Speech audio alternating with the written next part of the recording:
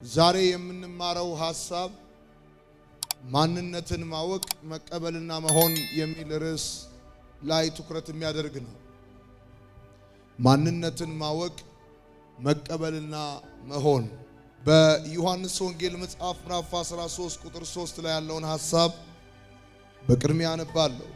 ኢየሱስም አብ ሁሉን በእጁ እንደሰጠው ከእግዚአብሔርም እንደወጣ ወደ እግዚአብሔርም እንዲሄድ አውቆ ከራት ተነሳ፣ ልብሱንም አኖረ፣ ማበሻም ጨርቅ ወስዶ ታጠቀ፣ በኋላም በመታጠቢያ ውሃ ጨመረ፣ የደቀ መዛሙርቱንም እግር ሊያጥብና በታጠቀበት ማበሻ ጨርቅ ሊያብስ ጀመረ። ማንነትን ማወቅ መቀበልና መሆን በሚለው የዛሬው ሐሳባችን ስር የምንነጋገርበት መነሻ የመጽሐፍ ቅዱሳችን ክፍል አሁን ያነበብኩላችሁ የዮሐንስ ወንጌል መጽሐፍ ምዕራፍ 13 ቁጥር 3 ነው። በዚህ ስፍራ የምትመለከቱት ጌታ ኢየሱስ ክርስቶስ ከመገረፉ መከራ ከመቀበሉና ከመሰቀሉና ከመሞቱ በፊት በመጨረሻዎቹ ደቂቃዎች ውስጥ ያደረገውን ነገር ነው። ከደቀ መዛሙርቱ ጋር ለራት ተቀምጠው እንደነበረ በመካከልም ጌታ ኢየሱስ ክርስቶስ የማበሻ ጨርቅ ይዞ እንደተነሳ የእግራቸውን የሚያጥብበት ውሃ አዘጋጅቶ እግራቸውን ለማጠብ ዝቅ እንዳለ መጽሐፍ ቅዱስን ስታነቡት ይሄውን ያነበብኩላችሁ ክፍል ይነግራችኋል። ጌታ ኢየሱስ በዚህ ቦታ ዮሐንስ ወንጌላዊው ሲናገር የሚናገርበት ሐሳብ አብ ሁሉም በእጁ እንደሰጠው ከእግዚአብሔር እንደወጣ ወደ እግዚአብሔርም እንደሚሄድ አውቆ ይላል።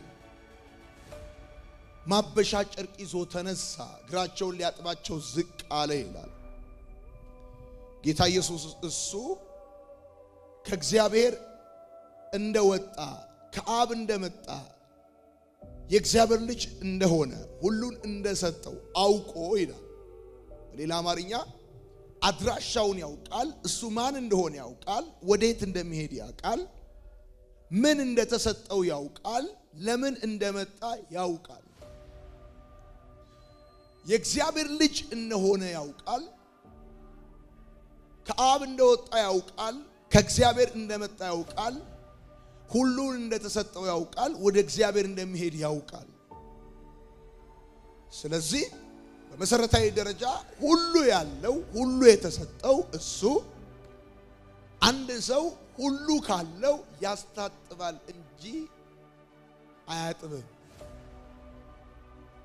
ለማስታጠብ አይደለም ዝቅ የሚለው ለመታጠብ ነው እግሩን የሚዘረጋው። የሚገርመው ነገር ጌታ ኢየሱስ እሱ ምን እንዳለው ያውቃል፣ ከየት እንደመጣ ያውቃል፣ ወዴት እንደሚሄድ ያውቃል፣ ማን እንደሆነ ያውቃል።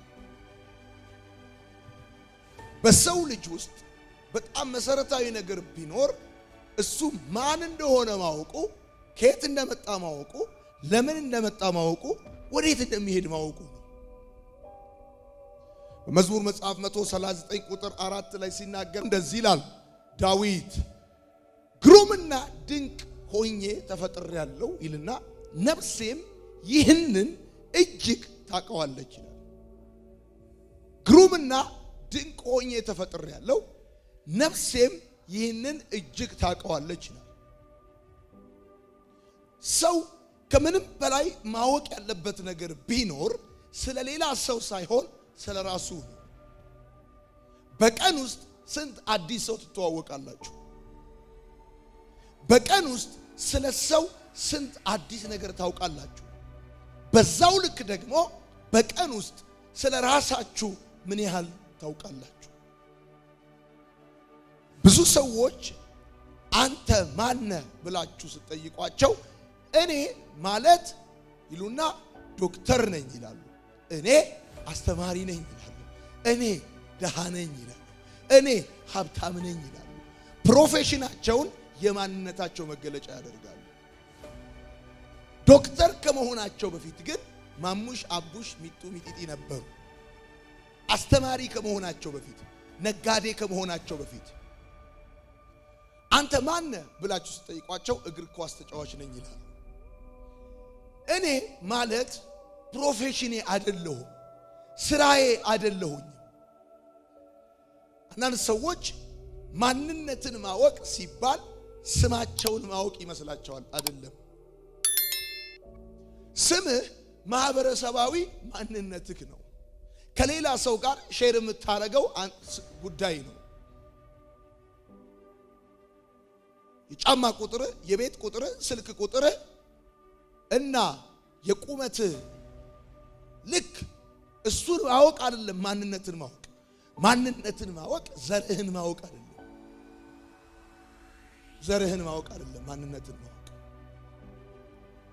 ጌታ ኢየሱስ ከአብ እንደወጣ ከእግዚአብሔር እንደመጣ ሁሉን እንደሰጠው ወደ እግዚአብሔር እንደሚሄድ አውቋል። እሱ የእግዚአብሔር ልጅ እንደሆነ ያውቃል። ሁሉ እንደተሰጠው ያውቃል።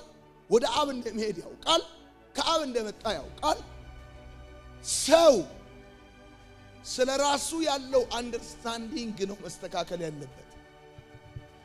ኢኮኖሚያችሁ ከመስተካከሉ በፊት፣ የመኖሪያ ቦታችሁና ሁኔታችሁ ከመለወጡ በፊት፣ ብር ከማግኘታችሁ በፊት፣ ሀብት ከማግኘታችሁ በፊት የሚቀድመው ራሳችሁን ማግኘታችሁ ነው። በመሰረታዊ ደረጃ ገና ስንወለድ ወላጆቻችን እንድንሆን የሚነግሩን ነገር አለ። ዶክተር ወይም ኢንጂነር። ማህበረሰቡ የሚነግረን ነገር አለ። ባለጠጋ ሁን። ሶሻል ሚዲያው የሚነግረን ነገር አለ። በጣም አትራክቲቭ ሁን። በትክክል ግን እኛ የተደረግነውና የተፈጠርንበት ጉዳይ አለ። ስለ ማንነት ከመማራችን በፊት 4 አይነት ማንነቶች እንዳሉ ማወቅ ጥሩ ነው። 4 የማንነት አይነቶች አሉ። የመጀመሪያው የማንነት አይነት የተወረሰ ማንነት ነው። ሁለተኛው የተሰወረ ነው። ሶስተኛው የተሰበረ ነው። አራተኛው የተከበረ ነው። የመጀመሪያው የማንነት አይነት ጋር ነኝ አሁን ያለሁት፣ የተወረሰ ማንነት። ይሄ አይነት ማንነት ያላቸው ሰዎች የኔ ብለው የሚጠሩት እኔ ብለው የሚጠቅሱትን እሱን በሌሎች ሰዎች ፍቃድ፣ ዕውቀትና ስሜት እንዲሁም እምነት የተጨፈለቀ የተቀረጸ ከሌሎች ሰዎች የቀዱት በካርቦን ኮፒ ወይም በኮፒ ፔስት የወሰዱት ማንነት ነው የተወረሰ ማንነት። ሌሎች ሰዎች ሲሉ ሰምተው ነኝ ያሉት፣ ሲያወሩ ሰምተው አዎ ብለው የተቀበሉት። ለምሳሌ እምነታቸውን፣ አስተሳሰባቸውን፣ ሁሉ ነገራቸው ለነገሮች ያላቸውን እይታ በጠቅላላ ነኝ ወይ ብለው በትክክል ያልጠየቁበት የተወረሰ ማንነት። ካርቦን ኮፒ እንዳልኳችሁ። ሌላው ከላይ ያለው ገንዘብ ያለው ስልጣን ያለው ተሰሚነት ያለው ተቀባይነት ያለው ከላይ ሆኖ አንተን ከታች አድርጎ የራሱን የሆነ ነገር ላይክ ላይ ሲቸከችክ ማለት የተወረሰ። አሁን ያስከውን አንደርስታንዲንግ፣ አሁን ያልከውን ውስጣዊ ማንነት በመሰረቱ ስም ማህበራዊ ማንነት ነው። ማንነት እኔ እያወራ ያለሁት አሁን ስለ ውስጥ ስብዕና እና ስለ አመለካከት ነው። የማንነት አይነቶች አሉ። ማህበረሰባዊ ማንነት አለ፣ ተፈጥሯዊ ማንነት አለ፣ የውስጥ ስብዕና ማንነት አለ። አሁን እኔ የማወራው በዋነኛነት ትኩረት ማረገው ስለ ውስጣዊ አመለካከታችሁና አስተሳሰባችሁ ነው፣ ስለ ውስጥ ስብዕናችሁ ነው። ስለዚህ የተወረሰ ማንነት ያላቸው ሰዎች በአጭር አማርኛ የሚገልጻቸው በልጅነታችሁ ሳንቲም አስቀምጣችሁ እርሳስ እንዲህ ስታደርጉበት በጣም ሰአይ ስለሆናችሁ አይደለም የሳንቲሙ መልክ ወረቀቱ ላይ የመጣው አስደግፋችሁ ስለቸከቸካችሁ እንጂ። ልክ እንደዚሁ የሆነ ገንዘብ ያላቸው ሰዎች፣ የሆነ ዝነኛ የሆኑ ሰዎች፣ ስም ያላቸው ሰዎች፣ ስልጣን ያላቸው ሰዎች፣ በሃይማኖት በጣም የሚወደዱና የሚፈሩ ሰዎች እናንተን ከታች አስገብተዋችሁ የቸከቸኩባችሁ የያዛችሁት አንደርስታንዲንግ፣ የያዛችሁት አስተሳሰብ፣ የያዛችሁት ፍልስፍና፣ የያዛችሁት ህይወት መውጣትና መግባት የናንተ ያልሆነ የተቀዳ ከሌላ ሰው ላይ የተወሰደ ሲሆን የተወረሰ ማንነት። አንድም ቀን እንደራሴ አስቤ ማላቅ ከሆነ ሁሉ ቀን ለማሰብ ስፈልግ ወደ ጎረቤት ማይ ከሆነ ለመውጣት ስፈልግ ወደ ሌላ ሰው ማይ ከሆነ የተኮረጀ ማንነት፣ የተቀዳ ማንነት። ስለብስም ስወጣም ስገባም ስኖርም ስመላለስም የኔ የሚሉት አንዳች ነገር የላቸው። የነሱ የሚሉት ነገራቸው ሆዳቸው ብቻ። ሆዳቸውን እንደ እህል ቋጥ ነው የሚጠቀሙበት። እህል ካስቀመጡበት ሌላው ነገር በጠቅላላ ይነሱ አይደለም። የሚገርማችሁ ነገር ልንገራችሁ። የተወረሰ ማንነት ያላቸው ሰዎች የገዛ ጭንቅላታቸው የሚጠይቃቸውን ጥያቄ መልስ መስጠት አይወዱም። ሌላ ሰው ያሰበውን ነው መኖር የሚፈልጉት። ሌላ ሰው ያሰበውን ነው የሚኖሩት። እንዴት፣ ለምን፣ መቼ፣ በምን ምክንያት እንደዚህ አይነት ጥያቄ ይጠይቃሉ። መቅዳት ብቻ።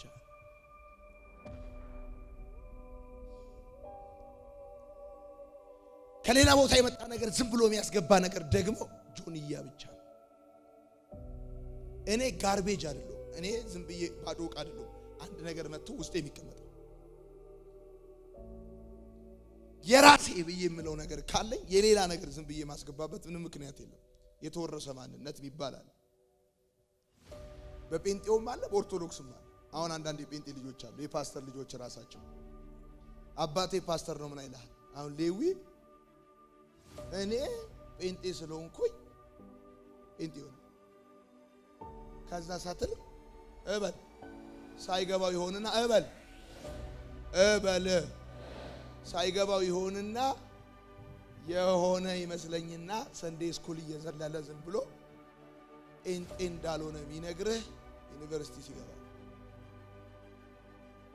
እያኗኗረ ብቻ እንደነበረ ሄክታር ሲይዝ ጫት ወርሶ ነው እንጂ ሆኖ አይደለም። ዝም ብሎ ነው። ዝም ብሎ አሁን ጴንጤም በለው ይወርሳል፣ ኦርቶዶክስም በለው ይወርሳል። ምንድነው ምንስል የአያቴ ቅርቢያቶች ያባቴ ምን አይሉ ኦርቶዶክስም ጠይቀው እኔ በዘሮቼ መናፍቅ የለብኝም ምን አይሉ። እሺ መጽሐፍ ቅዱስ አንብበህ ታውቃለህ? አላውቅም። ዮሐንስ ወንጌሌቱ ጋር ነው ያለው፣ ዘፍጥረት ጋር ይፈልጋል። ተቀብሎ ነው። እንዴት ነው? መቼ ነው? ወዴት ነው? ነው ወይ? አዎ ትክክል ምናምን ይሄን ነገር። ሁለተኛው የተሰወረ ማንነት ያላቸው ነው። የተሰወረ ማንነት ያላቸው ናቸው። የተሰወረ ማንነት የሚባለው ነገር ደግሞ በትላንትና እነሱነታቸው ሚኖሩ ማለት ነው። በትላንትና እነሱነታቸው ሚኖሩ ማለት ነው።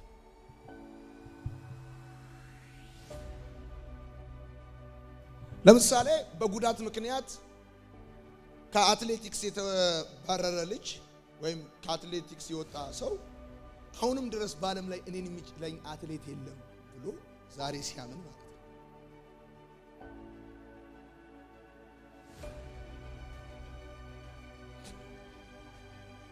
ሶስተኛው የተሰበረ ማንነት ያላቸው።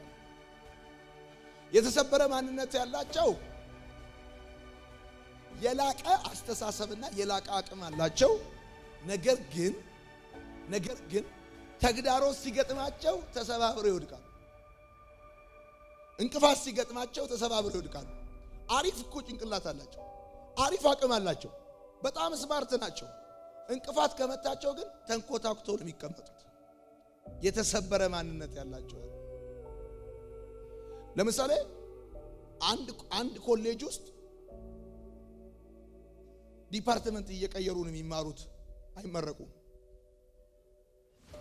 የእውቀት እጦት ሳይሆን የእርካታ እጦት ችግር ስላለባቸው የተሰበረ ማንነት ያላቸው አለ። አንድ ነገር ሲመታቸው ተንኮታክተው የሚቀሩ እንደገና ህይወትን ከዜሮ ለመነሳት የሚከብዳቸው የተሰበረ ማንነት ያላቸው። አራተኛው ማንነት የተከበረ ማንነት ያላቸው አለ። የተከበረ ማንነት ማለት ብር ያለው ማለት አይደለም።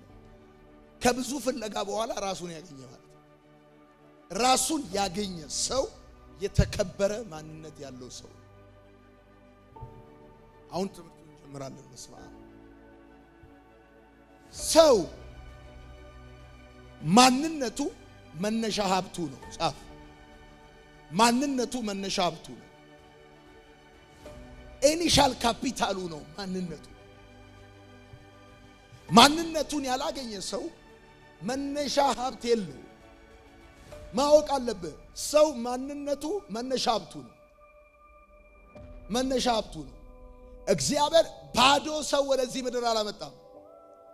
እግዚአብሔር ከንቱ ሰው ወደዚህ ምድር አላመጣም። ማንነቱን የማያውቅ ሰው ውጤታማነት የእድልና የድካም ጉዳይ ይሆንበታል። ማንነትን የማታውቅ ከሆነ ምን አይነት ስኬት እንደምትፈልግ እንኳን አታውቅም። ብዙ ሰዎች ምን አይነት ስኬት እንደምንፈልግ እንኳን አናውቅም። ለዚህ ነው የሆነ ነገር ስናገኝ ሳይሆን የምንደሰተው ሰው እጅ ላይ ያለ ነገር ስናገኝ ነው የምንደሰተው። በመጀመሪያ ደረጃ እኔ ማንነቴን ማወቅ ማግኘትና መቀበል መሆን ያለብኝ ሰው ማንነቱን ካላወቀ ካልተቀበለና መሆን ካልቻለ ውጤታማነት አድካሚና የእድል ጉዳይ ነው የሆነበት። ወዳጆቼ ውጤታማነት ማንነቱን ላወቀ ለተቀበለና ለሆነ ሰው የእድል ጉዳይ አይደለም። ወይ ይሳካልሃል ወይ ደግሞ ይሳካልሃል። በግድ ለሰክሰስ ነው የተፈጠርከው። ዳዊት እንደዚህ አለ፣ ግሩምና ድንቅ ሆኜ ተፈጥሬያለሁ አለ። ግሩምና ድንቅ ሆኜ ተፈጥሬያለሁ፣ ነፍሴም አለ ይህንን እጅግ ታውቀዋለች አለ። ዳዊት ይህን ነገር በሚናገርበት ጊዜ ንጉሥ አይደለም። ዳዊት ይህን ነገር በሚናገርበት ጊዜ ሀብታም አይደለም፣ ባለጠጋ አይደለም። ዳዊት ይህን ነገር በሚናገርበት ጊዜ እረኛ ነበር የነበረው። ግሩም ነኝ ለማለት ድንቅ ነኝ ለማለት ፕሮፌሰር መሆን ዶክተር መሆን አይጠበቅብህም። እረኛም ሆነ ግሩም ነኝ ማለት ይቻላል። ለካ በጣም የሚገርማችሁ ነገር ልንገራችሁ።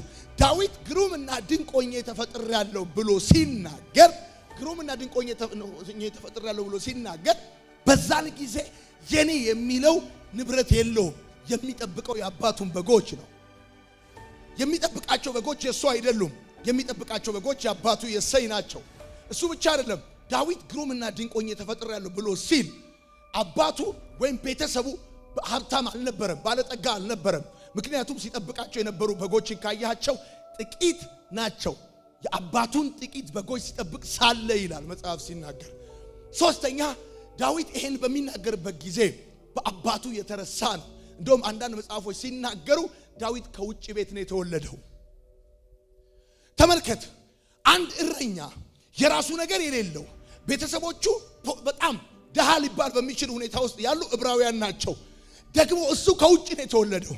ግን ስለ ራሱ ያለውን መረዳት ሲናገር እንደዚህ ይላል፣ ግሩምና ድንቅ ሆኜ ተፈጥሬያለሁ ይላል። የራሱ የሚለው የራሴ የሚለው ነገር የሌለው ሰው፣ ቤተሰቦቹ ደሃ የሆኑበት ሰው፣ ከውጭ የተወለደ ሰው እኔ በክት ነኝ ከብት ነኝ ምናምን ነው እንጂ የሚለው ድንቅ ነኝ ይላል እንዴ? ድንቅ ነኝ ለማለት ሀብታም መሆን አይጠበቅብህም። በጣም የዘነጥክ ቀን፣ በጣም ነጭ የለበስክ ቀን ካፍቴሪያ ስትገባ ዝም ብላ አይደል የምትቀመጠው። ቀድመ የምታየው ወንበሩን ነው። ወንበሩን ታየውና እንደዚህ ትጠርገዋለህ። ከቆሸሸ አስተናጋጇን በቁጣ ነው። በጣም አንተ ዘንጠህ አምሮብህ ለጥምቀትም ውጣ፣ ለፈለከውም ውጣ፣ ለንግስም ውጣ፣ ለኮንፈረንስም ውጣ፣ ያማረብህ ቀን ካፍቴሪያ ስትገባ ወይም የሆነ ቦታ ዝም ብላ አይደል የምትቀመጠው። የለበስከው ልብስ የምትቀመጥበትን ቦታ እንድትመርጠው ያደርጋል። አንተ ምን እንዳደረክ። ለዚህ ነው አንተ ስለራስህ ያለ አንደርስታንዲንግ ዳዊት እኔ ግሩምና ድንቅ ሆኜ ተፈጥሬያለሁ ብሎ ሲል የሚውልበትን የሚያደርገውን የሚኖርበትን ሁኔታ እንዲመርጥ ያደርገዋል።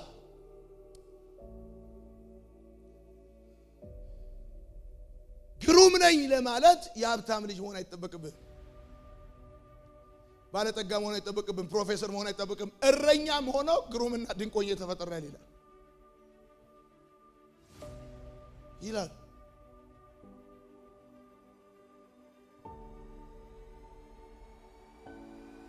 ማንነትን ማታቅ ሆነ ምን አይነት ስኬት እንደምትፈልግ እንኳን አታውቅም። ምንድነው የምትፈልገው? ምንድነው የምትፈልገው አንተ ህይወት?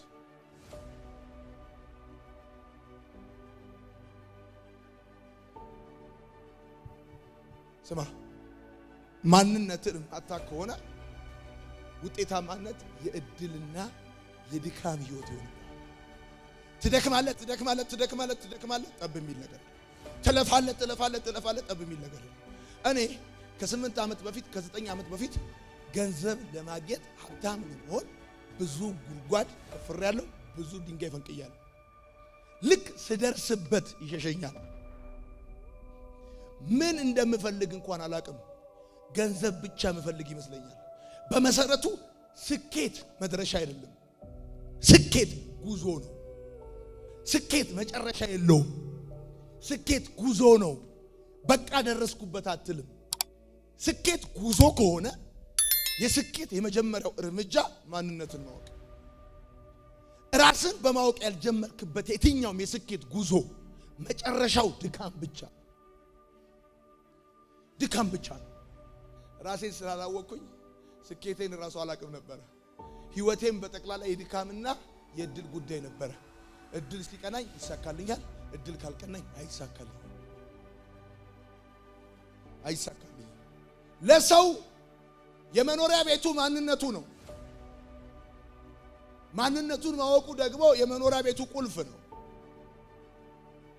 ቤት ቢኖርህም ቁልፉ ከሌለ ውጭ ታድራለህ ወይም ጎረቤት ታድራለህ። ራሳቸውን የማያውቁ ሰዎች ሁልጊዜ የሚኖሩት የጎረቤት ኑሮ ነው፣ የሰው ኑሮ ነው የሚኖሩት። ምክንያቱም ሰው ራሱን ማወቅ አለበት። ማነህ አንተ? አንተ ማለት ዮናታን አይደለም። አንተን የሚመስል ሰው በዚህ ምድር የለም። አንተን የሚመስል ሰው በዚህ ምድር ከሌለ ደግሞ አንተ ብቻ አኮምፕሊሽ የምታደርገው አጀንዳ ስላለ ነው እግዚአብሔር ወደዚህ ምድር ያመጣ።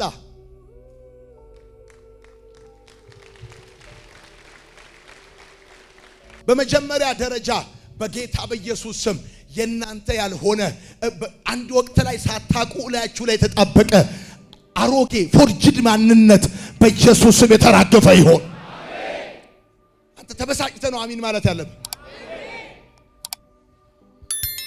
የሆነ ሀብታም ሳይ እንደዛ አይነት ሀብታም መሆን ያምረኛል። ወንድሜ እኔ ራሴን አግኝቻለሁ። እኔ ነጋዴ አይደለሁ። የኔ ሰክሰስ የቱ ጋር እንደሆነ ገብቶኛል። ራሴን ስላገኘሁት 100 ብር እንደሆነ ሞኝ ነው የሚገባበትን አያውቅም። ስማ ቆይ አሁን አንተ መጣ አሁን መጣ መልካም ወጣት መጣ። ከዛስ በለኛ አንተ መጣል ብዬ እኔ ማስቲካ ስለመሸጥ ቦምቦሊኖ ስለመሸጥ ሳንዱች ስለመሸጥ የሆነ ነገር ስለመሸጥ እንዴት አስባል? እኔ አንተ መጣል ብዬ ማጥናት ሲኖርብኝ ማንበብ ሲኖርብኝ ምንድነው ለነፍሱ ስንቅ የሚያስፈልገው ብዬ ሲኖርብኝ አንተ ማታ ወደ ቤት ስትገባ እኔ ማንበብ ሲጠበቅብኝ ሂሳብ እየገባውኝ ቦኖ እየቆጠርኩኝ 5 ቦምቦሊኖ 16 ሳንዱች የሆነ ነገር ማለት አለብኝ። እናንተ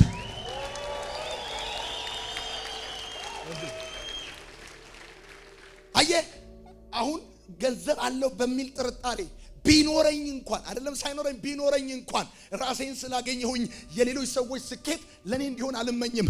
እኔ ማለት አንተን ማለት አይደለሁኝም። ብዙዎቻችን ለዚህ ነው የኔ የምንለው ነገር የለንም። እዚህ ጋር የሆነ ቤት ይከፈታል። የሆነ ለምሳሌ ጭድ አንድ ሰው ሲያመጣ ሌላም ሰው ሌላ ነገር አይመጣም። ሌላም ጭድ ተራ ምን ይሆናል? ሰፈሩ ጭድ ተራ። አንድ ሰው ከሰል ሲያመጣ ያም ከሰል ተራ ይሆናል ማለት ነው። የኔ የምንለው ነገር የለንም። አብዛኛው ነገራችን ቅጂ ነው። ከሌላ ሰው የተኮረጀ ነው። ከሌላ ሰው የተወሰደ ነው። ከዚህ የተነሳ ውጤታማነት የእድልና የድካም ውጤት ይሆንብናል።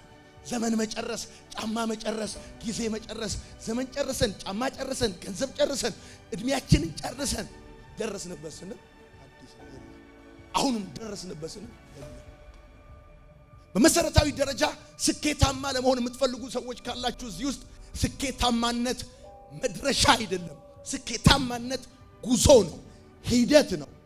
የስኬታማነት የመጀመሪያው እርምጃ ማንነትን ማግኘት ነው። ኃይሌ ገብረስላሴ ቢዘፍን ማን ይሰማዋል?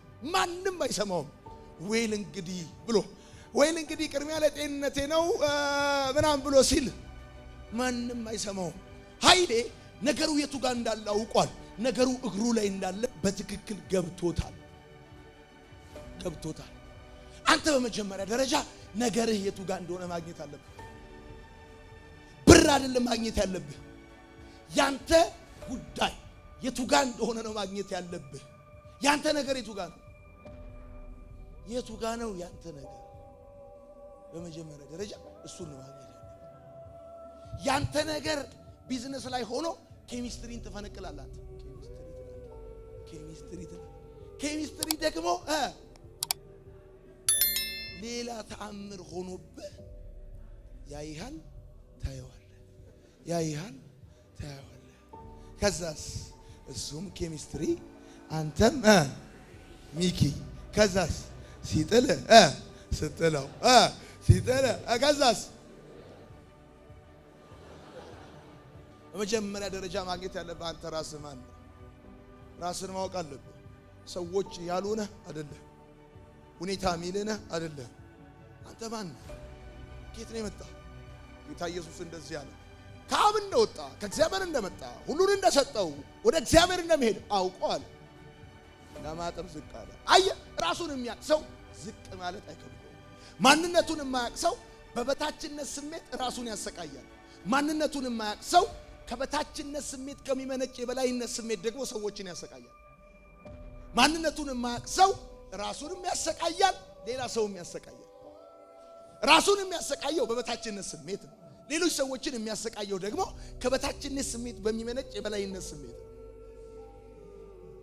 ጉረኝነት፣ ስለ ራስ አብዝቶ ማውራት፣ የሌለውን እንዳለ አድርጎ ማውራት፣ የማያውቀውን ሰው እንደሚያውቀው አድርጎ አክት ማድረግ፣ ደውሎልኝ ነበር ማለት፣ ከአቅም በላይ የሆነ ነገር ማድረግ የማንነት ቀውስ መገለጫ ናቸው። አማራሪነት፣ ቸልተኝነት እና እነዚህን የመሳሰሉ ጉዳዮች በጠቅላላ የማንነት ቀውስ መገለጫዎች ናቸው። ሰው የማንነት ቀውስ ውስጥ ሲገባ የሌለውን እንዳለው አድርጎ ማውራት ይጀምራል። ሰው የማንነት ቀውስ ውስጥ ሲገባ ራሱን ትልቅ ለማድረግ ከአቅም በላይ የሆነ ጃኬት መልበስ ይጀምራል። ከአቅም በላይ የሆነ ወሬ ማውራት ይጀምራል። ጀነራል እንትና ደውሎልኝ ነበር ማለት ይጀምራል። ጉረኛ መሆን ይጀምራል። ስለ ራሱ መለፍለፍ ይጀምራል። ከቀውስ ሁሉ በላይ ቀውስ የኢኮኖሚ ቀውስ አይደለም፣ የፖለቲካ ቀውስ አይደለም፣ የማንነት ቀውስ። የማንነት ቀውስ ውስጥ የገባ ሰው ምንም ነገር ቢሆን ሰክሰስና ውጤታማነት በህይወቱ ዘመን ሁሉ የድካምና የድል ጉዳይ ነው የሚሆንበት።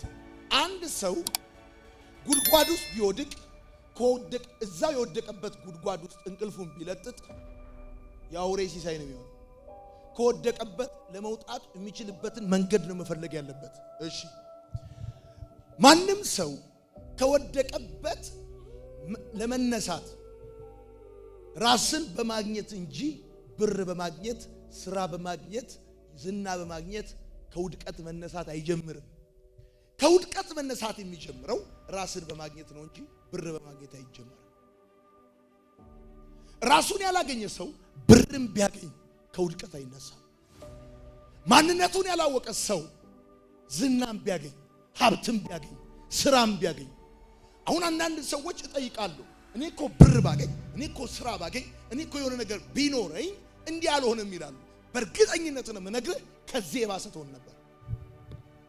አሁን ካለበት በላይ ትሆን ነበር።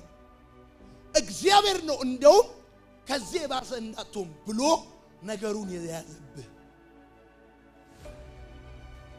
አንተ እንደውም ብዙ ብር ብታገኝ ኖሮ በዚህ አያያዝህ አንተ መጠጥ አልነበረም የምትጠጣው፣ ቦምብ ነበር የምትጠጣው።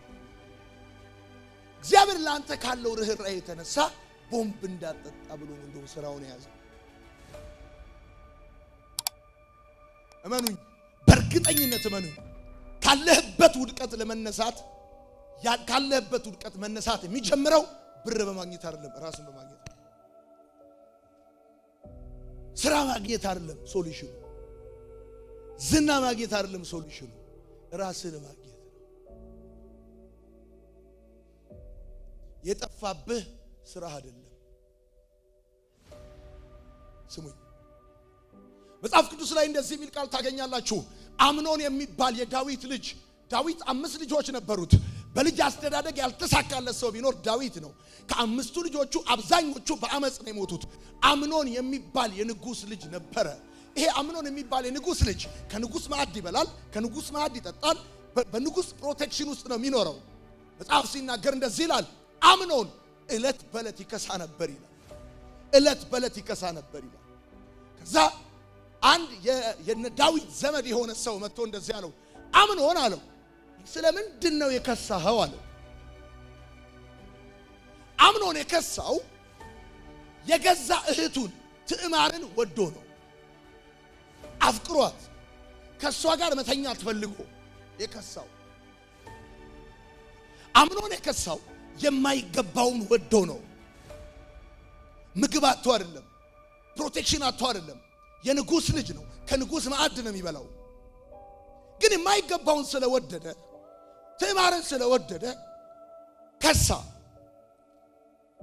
የብዙዎቻችን ክሳት፣ የብዙዎቻችን ውድቀት፣ የብዙዎቻችን እንደዚህ አይነት ኮንፊውዥን ውስጥ መግባት ምክንያቱ የሚበላ ማጣታችን አይደለም፣ የምንለብሰው ማጣታችን አይደለም፣ የማይገባንን መውደዳችን ነው። የማይገባንን ደግሞ የወደድነው እኛ ማን እንደሆንን ስላላወቅን። የንጉስ ልጅ ሆኖ ሳለ ንጉስ የወደደውን ሊሰጠው እንደሚችል እያወቀ፣ የንጉስ የአፉ ቃል ሕግ ነው። አርግ ያለው ይሆናል፣ አታርግ ያለው አይሆንም። እሱ በንጉስ ቤት እየኖረ የንጉስ ዘር ሆኖ ከንጉስ ማዕድ እየበላ የአፋቸው ቃል ሕግ ሆኖ በድብቅ የማይገባውን ወዶ ከሳ። እነግርሃለሁ፣ ኮንፊውዥን ውስጥ፣ ክራይሲስ ውስጥ፣ ፌለሪቲ ውስጥ የገባኸው አታ አይደለም፣ የማይገባህን ወደህ ነው። ማን እንደሆንክ አንተ ራስህን ፈልገህ እስክታገኝ ድረስ አትጠራጠር። እነዛ የምትፈልጋቸው ነገሮች ሁሉ አታገኛቸው። ራስን ባላገኘበት ኮንቴክስት ውስጥ ገንዘብ ብትፈልግ አታገኘው፣ ስኬት ብትፈልግ አታገኘው። ምክንያቱም ያንተ አይነት ስኬት የሌላ ሰው አይነት ሊሆን አይችልም። በመሰረቱ ስኬት ማለት ቤት አይደለም። በመሰረቱ ስኬት ማለት መኪና፣ ገንዘብ፣ ምናምን ዝና አይደለም። ራስን ማግኘት ነው። ማን እንደሆንክ ማወቅ ነው። የኔን መኪና በሰጣችሁ ነዳጅ ቀርታችሁ ልኝ ነው ብዬ ብላችሁ ማደያ ገብታችሁ ምንድነው የምትቀዱት? ምንድነው የምትቀዱት? ናፍታ ልክ እኮ ነው። ናፍጣ ነው አይደለም? አይደለም። መጀመሪያ መኪናው ዲዝል ነው ሬጉላር ነው ብለህ እንጂ ማደያ ገብተህ በነዳጅ መልኩ ስለተገኘ ገብተህ የፈለከውን ትቀዳለህ። ያቀዳም ለኢንጂኑ የሚስማማ ነገር ነው የምትቀዳው። ለመኪናው ታይፕ የተሰራ አለ። ቤንዚን ነው ናፍጣ ነው የትኛው ነው ብለህ ነው የምትቀዳው። ለናፍጣ መኪና ቤንዚን ብትቀዳበት መኪናው ተንተፋትፎ ይቆማል። መኪናውን የሰራው ካምፓኒ ሪስፖንሲብል አይሆንም። ዳስ ዩር ፎልት። እግዚአብሔር አንተን ሰርቶሃል። ሮንግ ነገር ጠጥተሃል። ሮንግ ነገር ውስጥ ገብተሃል። God is not responsible ለገባበት ክራይሲስ። ምን አይነት ነገር አንተ ኢንፑት እንደሚያስፈልግ ማወቅ የነበረብህ ያለብህም አንተ ራስህ ማወቅም መቀበልም ያለብህ። ለቤንዚን መኪና ናፍጣ ከቀዳህበት አትሄድበት። ማን አንተ? ምን አይነት ኢንፑት ነው የሚያስፈልግህ? ምን አይነት ዌይ ኦፍ ላይፍ ነው የሚያስፈልግህ? ሀብታም ሆናለሁ ብዬ ተነሳሁ። ለምን ሀብታም እንደምሆን አላቅም። እንዴት ሀብታም እንደሆነ አላቅም። እንደሆኑ ሰዎች እንደምሆን አላቅም። ከዛ ሰትል እቁብ ገባ እበል ለዓለም የሚሆን መልእክት ይዤ እኔን የምታገኘኝ ቸርች አይደለም። ጠዋት እቁብ ሲሄድ እዚህኛው ቤት፣ ሲሄድ እዛኛው ቤት፣ ሲሄድ እዚህኛው ቤት መጋኛ የመታው ውሻ ይመስል አረፋ ደፍቄ ስዞር ስዞር እኔ የሚያልፍልኝ መኪና ስገዛ መስሎኝ አይሱዚ ኤፍኤስአር ስገዛ መስሎኝ ተሳቢ ስገዛ መስሎኝ የሚያልፍልኝ ስዞር ልክ ከዛ ነገር ጋር ስደርስ ነገሩ ሲበተን ሲበተን አንድ ጊዜ እንደዚህ ያረኩኝ ሸጥኩና ሁሉን ነገር ዘጋውና ሞባይሌን ለ3 ወር ቤት ቁጭ አልኩ። ማን ነኝ? ምንድነው የሰጠኸኝ? ወዴት ነው የሚሄደው?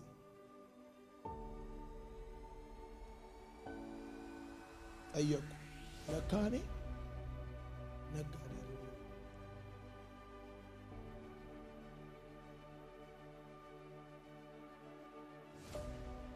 ስማይ ነገር ደስታና እርካታ ማንነትን ባወቅበት በተቀበልክበትና በሆንክበት ነገር ውስጥ እንጂ የምታወጣው ደስታ ከገንዘብ ውስጥ አታገኘው። እርካታን ከገንዘብ ውስጥ አታወጣው። ከእውነተኛ ማንነት ነው የሚወጣው። ለዚህ ነው ይለ 100 ሺህ ብር አግኝቼ የማልደሰት ልጅ 10 ደቂቃ ስለ እግዚአብሔር ቃል ሳወራ ሳቲስፋይድ ነው። ሲል ደስታና እርካታ በዝና በገንዘብና በሀብት ቢሆን ኖሮ በጣም ብዙ ዝነኞች ራሳቸውን ባላጠፉ ነበር።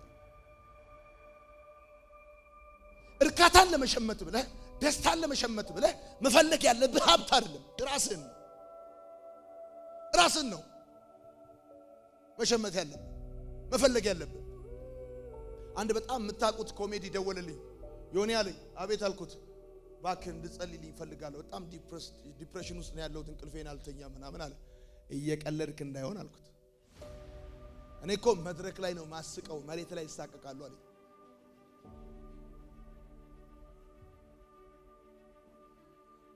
አሁን አንዳንዶቻችሁ ምንድነው የምታስቡት? ዝነኛ የሆኑ ሰዎች ደስተኞች እንደሆኑ፣ ሀብታም የሆኑ ሰዎች ደስተኞች እንደሆኑ ምናምን የሚመስላችሁ which is wrong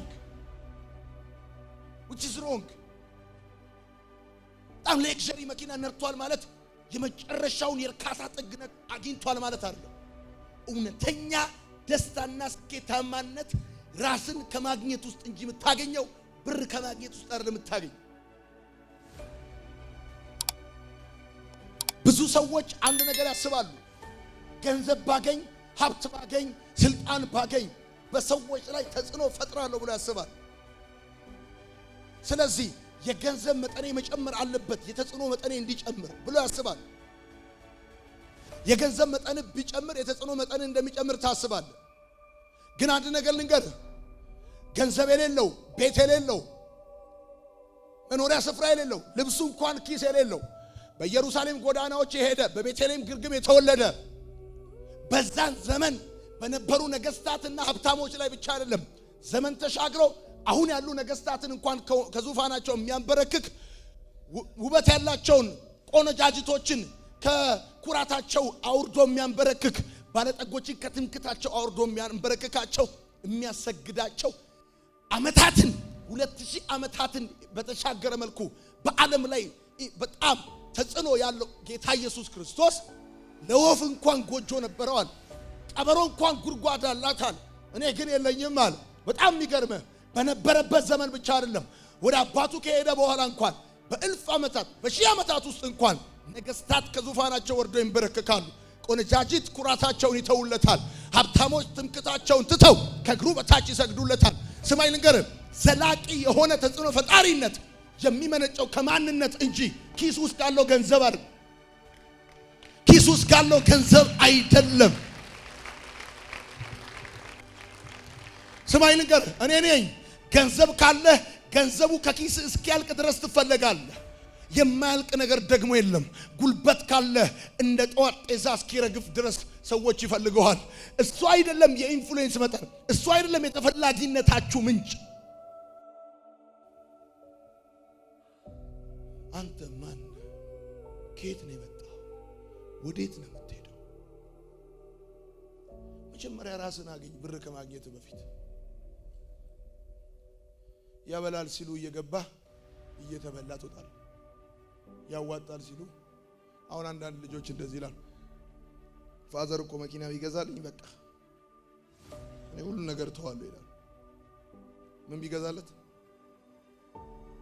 አንተ ስራ አይደለም ማግኘት ያለብህ፣ ራስህን ነው ማግኘት ያለብህ። ራስህን ነው ማግኘት ያለብህ።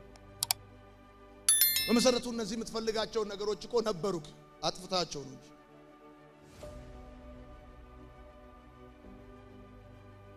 ስሙኝ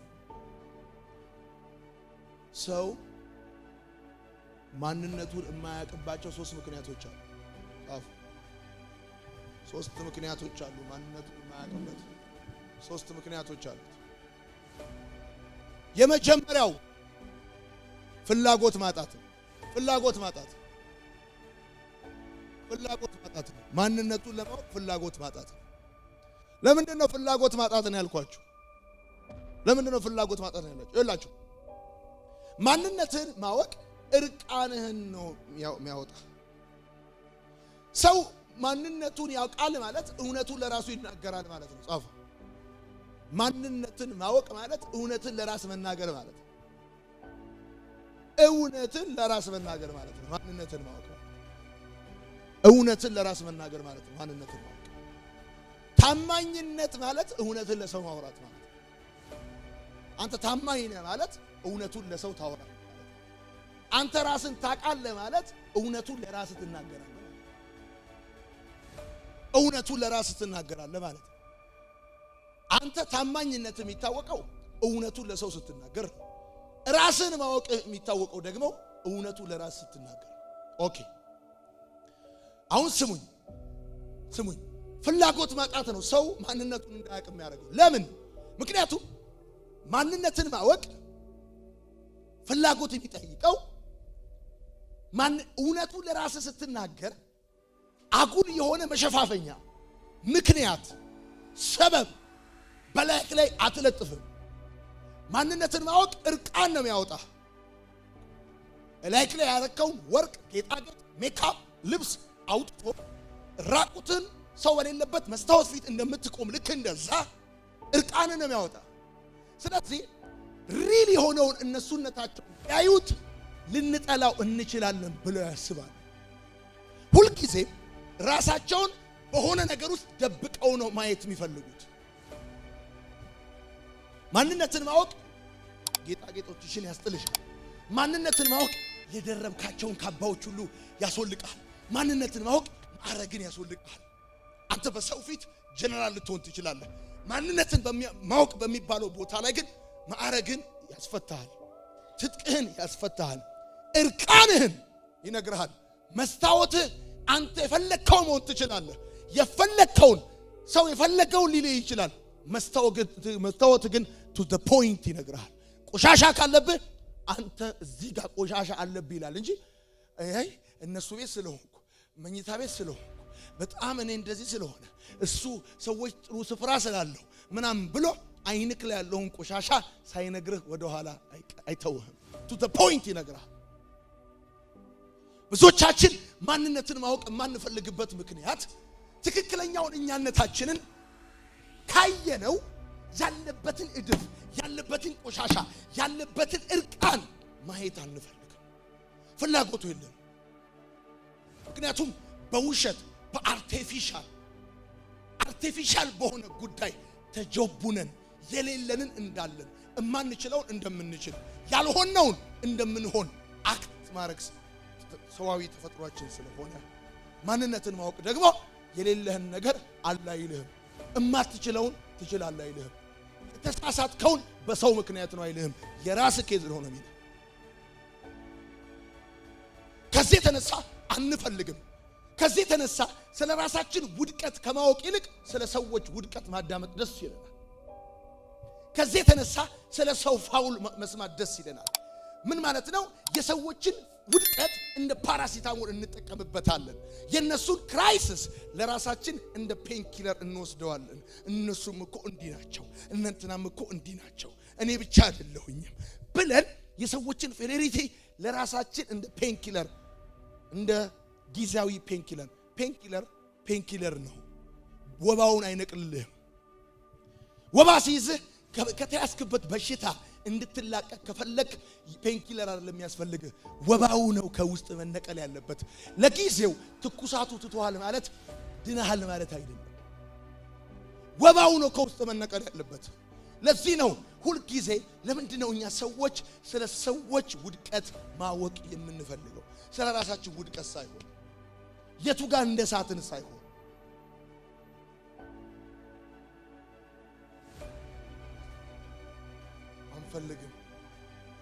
አንፈልግም ማንነትን ማወቅ ሊፕስቲክ የለው ቻፕስቲክ የለው ፋውንዴሽን የለው ጄል የለው ሂዩማን ሄር የለው ምን የለው ጥፍር የለው ቀለም የለው ያስወልቅና ያስቀምጣል።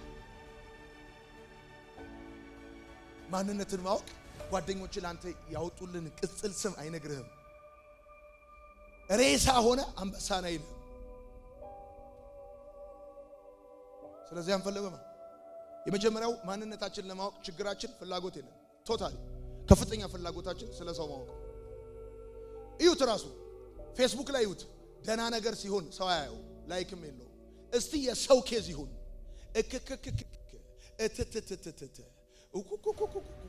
የሌለ ዶሮ እንኳን አሽካክታ ማታቀውን ማሽካካት ነው እየገቡ ገብተው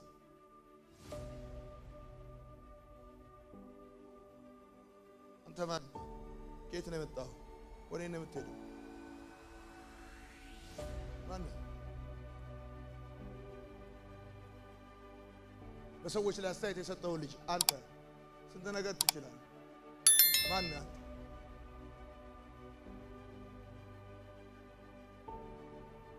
ታውቃላችሁ፣ የማይሰሩ ሰዎች የሚሰሩ ሰዎች ስህተት እንደ ፔንኪለር ነው የሚጠቀሙት። እነሱ አልሰራም እየተባለ ውስጣቸው ስለሚወቅሳቸው አንተ ደግሞ ስማ ሸፋፋ አንድ ሰው ሸፋፋ እንኳን እንደሆነ የሚታወቀው ሲሄድ የተቀመጠ ሰው ምኑ ይታይበታል? ምንም ስትሄድ ነው ሸፋፋነት እንኳን የሚታወቀው። ካልተንቀሳቀስክ ምንም አይታወቅም። የሚንቀሳቀሰው የሚሰራ ሰው ይሳሳታል። የተቀመጠ ሳይሳሳት ለምን ይሳሳታል? ተቀምጧል። ውስጡ ግን ምን ይለዋል? አልሰራህም ስለሚለው የሚሰሩ ሰዎችን ስህተት እየፈለገ እንደ ፔንኪለር ይውጠዋል። ያቸው ተመልከት ምን ይላል? ሩኒ የወር ደሞዙ፣ የውሻው ስም፣ የሚስቱ ጫማ ቁጥር፣ የልደቱ ቀን እማታቅ የለም እዚህ ውስጥ። ሮናልዶ ስንት ገቢ እንዳለው፣ ቢስዳር ስንት ቤት እንደገዛ ምናምን ሮናልዶን የምታቀውን ያህል ራስን ብታቅ የት ትደርሳለህ? ጥሩ ማሳያ እኮ ነው የሰጠኋችሁ። አሁን ቀደም የኔን መኪና በሰጠ ለየሰለው ናፍጣ ቀዳበታል። የቤንዚን መኪና ሄዶ ናፍጣ ሊቀዳ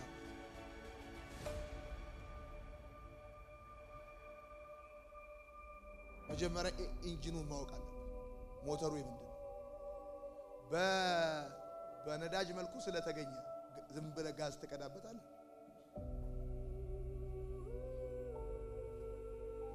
ማን አንተ?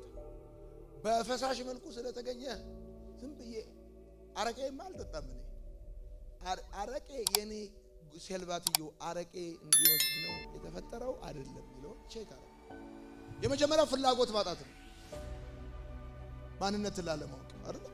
ፍላጎት ማጣት። ሁለተኛ ጻፉ። ሁለተኛ ፋታ ማጣት ወይም ጊዜ ማጣት።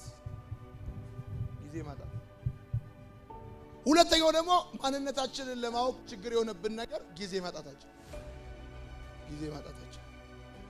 በጣም ቢዚ ከመሆናችን የተነሳ ቁጭ ብለን የማሰቢያ ጊዜ እንኳን የለንም። እንኳን የማሰቢያ እንጀራውን ላፍ ክትት አገራዊ ኬዝ ያለብን ይመስላል። በጣም ቢዚ ነን። ተቀምጠን ራሳችንን ለማወቅ አይደለም እንደው እንጀራ እንኳን ለመብላት የሚሆን ጊዜ የለንም። we are so busy በኤክስተርናል ጉዳዮች ነው፣ ደግሞ የኛ ባልሆኑ ጉዳዮች፣ የግላችን ባልሆኑ ጉዳዮች ፖዚቲቭ የሆነ ግሮስ በህይወታችን ላይ ልናመጣ በምንችልበት ጉዳይ ላይ ሳይሆን በማንሆንበት ጉዳይ ላይ እውነት እንነጋገርና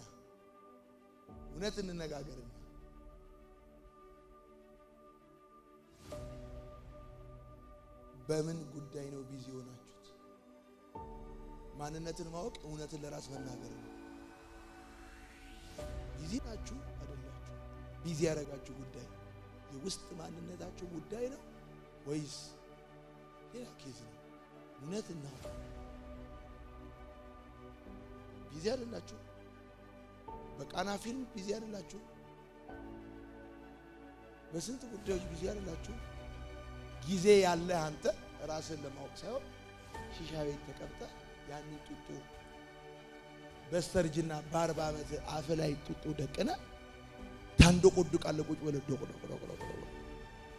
ሰፊ ጊዜ ያለ አንተ እግርህን ዘርግተህ ዛፍ ላይ ለመውጣት ዛፍ ላይ መውጣት ማለት ነው። ገብቶ ማታ ከዛፍ ላይ ስትወድቅ ብለህ ያልክ ምን ነው ተዛለ ሰለኝ እንደዚህ የሚል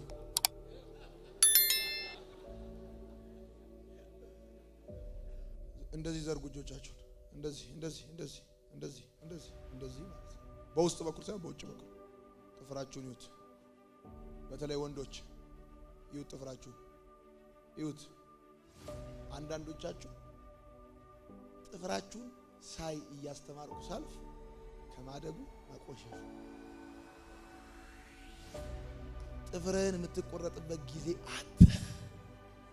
ቆሻሻውን እንደዚህ አድርገህ በስንጥር የምታወጣበት ጊዜ አለ። አሞራ ሁሉ ቢጎረጉረው ብዙ ነገር ያወጣል። አተ አይታጣቅ ዋሸው አልዋሸው እንደዚህ በል ውስጥ እንደዚህ በል ውስጥ ጥርስን የምትወርሽበት ጊዜ አለ። በጣም ሀገራዊ ስብሰባዎች ስላሉብህ ጠዋት ኬንያ ከሰዓት ኡጋንዳ በሚቀጥለው ቀን የሆነ ቦታ ስለሆንክ ጊዜ የለህም። በጣም ቢዚ ነህ። ከዚህ የተነሳ አትታጠብም። ቆዳ ነው የሚሸጠው። እንኳን እናት እጮኛ እንኳን አንተን ለማቀፍ አቅቷት ደውላልኝ ታጠበለው በላይ ታጠብ።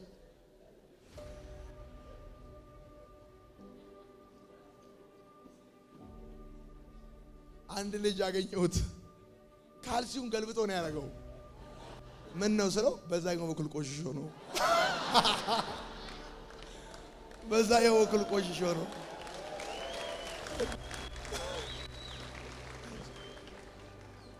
ምን ብሎ ነው? ስሙ ይንገራቸው። እኔ ነኝ ዳዊት እንደዚህ አለ፣ ግሩምና ድንቆኝ ተፈጥሬ ያለው አለ። ነፍሴም ይህን እጅግ ታውቀዋለች አለ። አንተ በኢየሱስም ተራ ሰው አይደለህም። አቻቻቻቻቻ ያደረከው ጫማ፣ የተማርክበት ትምህርት ቤት፣ ያደክበት ሰፈር የማንነት መገለጫ አይደለም። አንተ በእግዚአብሔር መልክ ነው የተፈጠርከው። አንተ ተራ ሰው አይደለህም። ተራ ነው ያለ ውሸቱን ነው። አንድ ሰው ረገጥ አድርጎ አሜን ይበለኝ። ተራ ነገር በኢየሱስም ከራሳችሁ ላይ አራገፍ።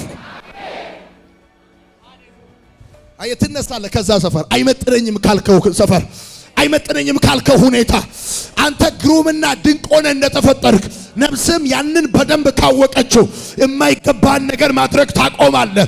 የማይመጥንን ነገር ማድረግ ታቆማለህ። አቻቻቻቻቻቻቻ አረ ወይኔ ያስተማሪ ልጅ በሆንም ግሩም ነኝ። አንተ ድንቅ በእግዚአብሔር ኢሜጅ ታውቃላችሁ። ዋጋችሁ መልካችሁ እንደሆነ ጻፉ። ዋጋችሁ መልካችሁ ነው። ዋጋችሁ መልካችሁ ነው። መልካችሁ ነው ማለት አፍንጫችሁ ነው ማለት አይደለም። ዋጋችሁ ነው ማለት መልካችሁ ነው ማለት አፍንጫችሁ ነው ማለት አይደለም። መልካችሁ እግዚአብሔርም እንደዚህ ያለ ሰውን በመልካችን እንደ ምሳሌያችን እንፍጠር።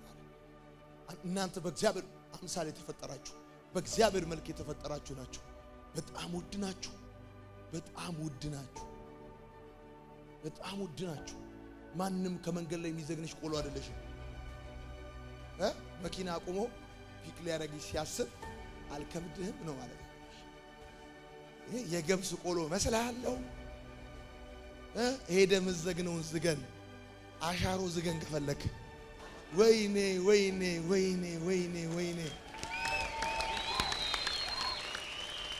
አቻቻቻቻቻ የገባው ሰው ብቻ ካለ አሜን ይበለኝ። ይኸው እግዚአብሔር ምስክሬ ነው። እያስተማርኩኝ ምን አይ እንደነበር ታውቃላችሁ? ልክ የሆነ የሚነሳ ታግ እንደሚነሳ ልክ እንደዛ እላያችሁ ላይ ሮንግ ነገር የተጻፈባችሁ በኢየሱስ ስም ያ ነገር ይነሳል። ቆሻሻ ታሪክ ይነሳል። የወደቀ ታሪክ ይነሳል። ስማ when income increase demand also increase ይላል ኢኮኖሚክስ ሲናገር።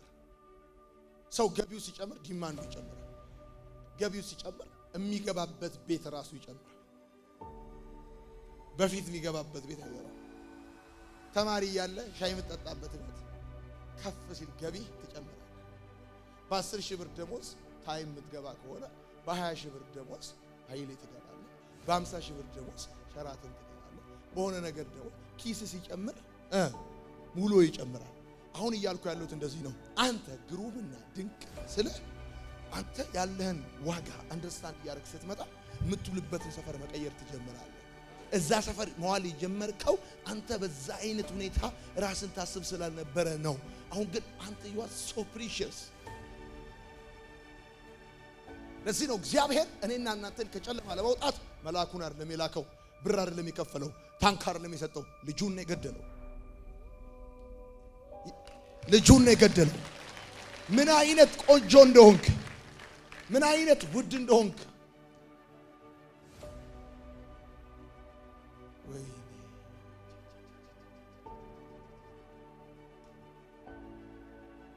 ሰው ከወደቀበት መነሳት የሚጀምረው ብር በማግኘት ሳይሆን ራሱ በማግኘት። ስኬትና ደስታና ስኬታማነት ብላችሁ ጻፉ። ደስታና ስኬታማነት ከሀብትና ከዝና ሳይሆን ማንነትን ከማወቅ ይመነጫል። ደስታና ስኬታማነት ከሀብትና ከዝነኝነት ሳይሆን ማንነትን ከማወቅ ይመነጫል።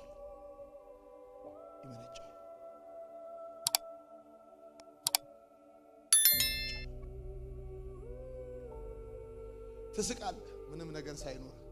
ደስታና ስኬታማነት ከሀብትና ዝና ሳይሆን ራስን ከማወቅ ይመነጫል። ኢትዮ ኤርትራ ጦርነት ጊዜ ውትድርና እንሄዳለን ብለን ተነሳ። የ8ኛ ክፍል ተማሪ ነን ያኔ። ውትድርና እንሄዳለን። ከዛ ሄድን። አስተዳደር ግቢ ውስጥ ነበር ምዝገባው። እኛ ከተማ የሚመዘግቡት ሰውዬ እኛ ተወልደን አራስ ጥሪ ይዘው መጥተዋል። ያቁናል። አንተ እያሰለፉ ልጅ አይደለም እድሜ አይሞላም ሄዳል።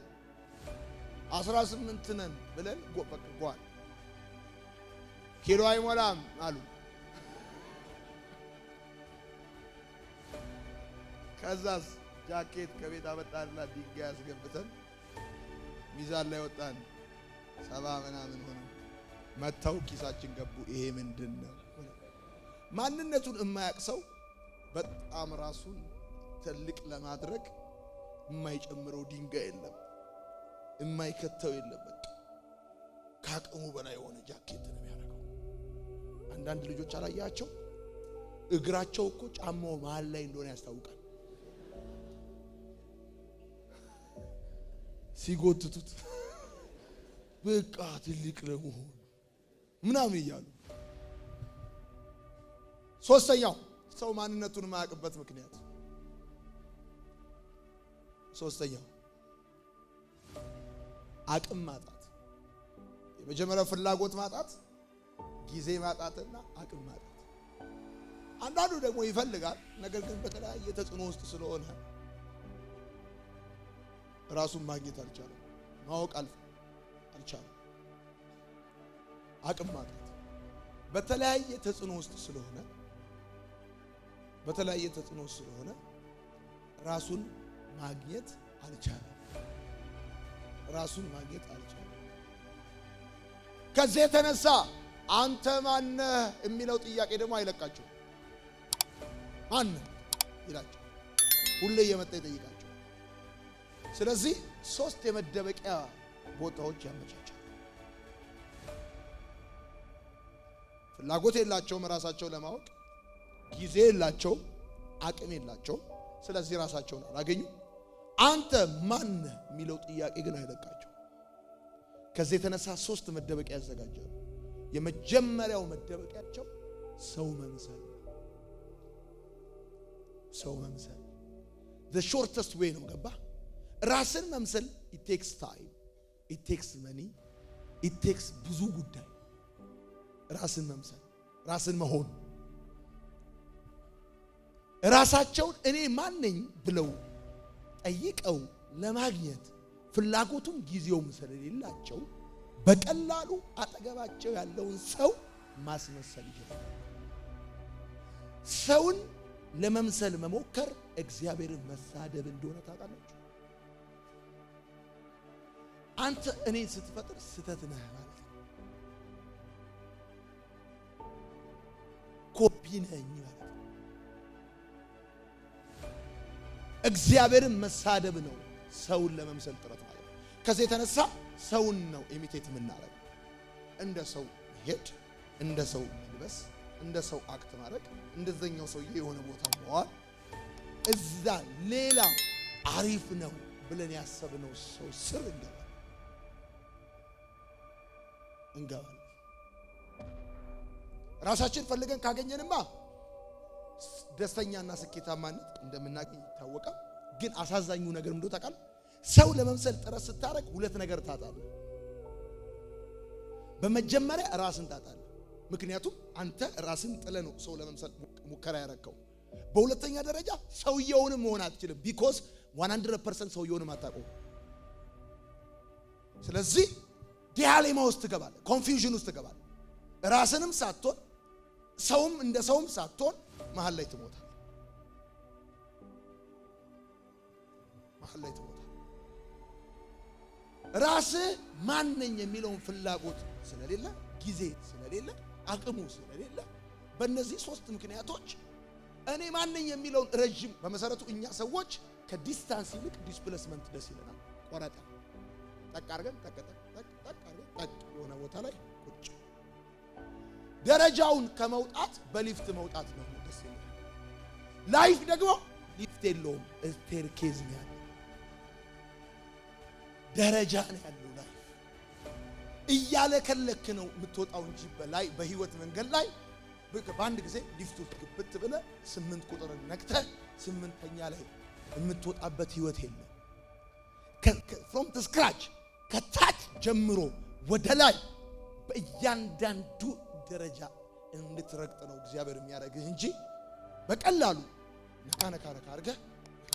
አሁን ብዙዎቻችን ሀብታም መሆን እንፈልጋለን። ሀብታም መሆን ስንፈልግ ግን ሀብታም የምንሆንበትን መንገድ አንፈልግም። ትናንት እንደነገርኳችሁ ማምጣት እንፈልጋለን፣ ማጥናት ግን አንፈልግም። ውጤቱን እንፈልጋለን፣ ውጤቱ የሚገኝበትን መንገድ ግን አንፈልገው። ስለዚህ እንቀፍላለን፣ ስለዚህ እንከጅላለን፣ ስለዚህ የሌላ ሰው ያምረናል፣ ስለዚህ ቤት ውስጥ ያለው አውጥተን እንሸጣለን። ውጤቱን እንጂ ውጤቱ የሚገኝበትን መንገድ አንፈልግም። ሰው ውስጥ እንደበቃለን ሄደን ራሳችንን መሆን ሲያቅተን። እነዛ ሰዎች አይዘር ጓደኛችን ሊሆኑ ይችላሉ፣ ፋሚሊያችን ሊሆኑ ይችላሉ። 100% ልንገርህ፣ የአባቴ ሰክሰስ ማለት የኔ አይደለም። አባቴ ማለት እኔ አይደለም።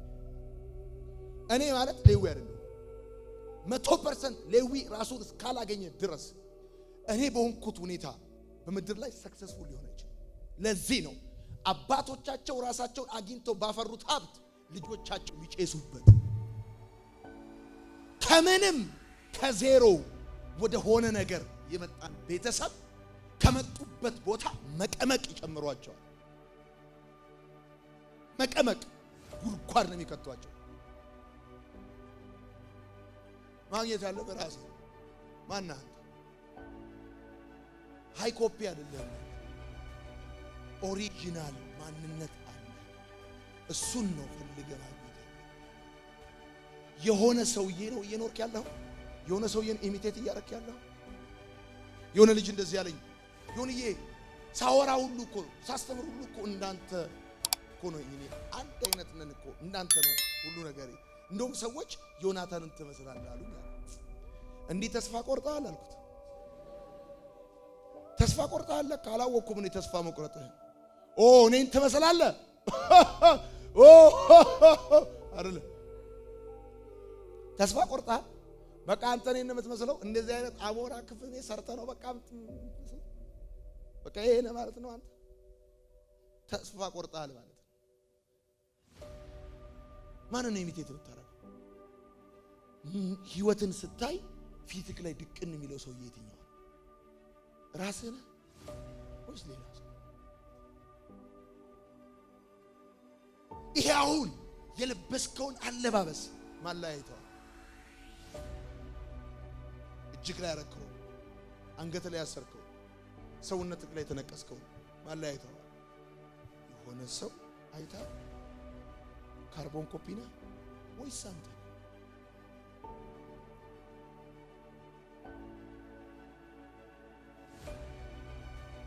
እና ልጆች አንዳንድ ሱቅ በር ላይ ሲቀመጡ አያ ባለ ሱቁ ይነግድባቸዋል በትከሻቸው። እነሱ እየተጫወቱ ሰው ስር ይደበቃል። አሁን አንዳንዶቻችሁ በጣም ለመምሰል ጥረት የምታደርጉት ቦምባርሊ ነው።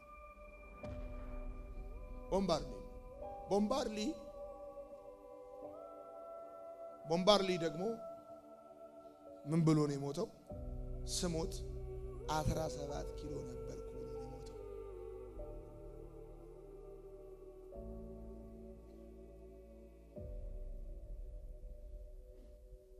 አንደኛው ሰው ውስጥ ይደበቃሉ ራሳቸው ማግኘት ሲያቀታቸው።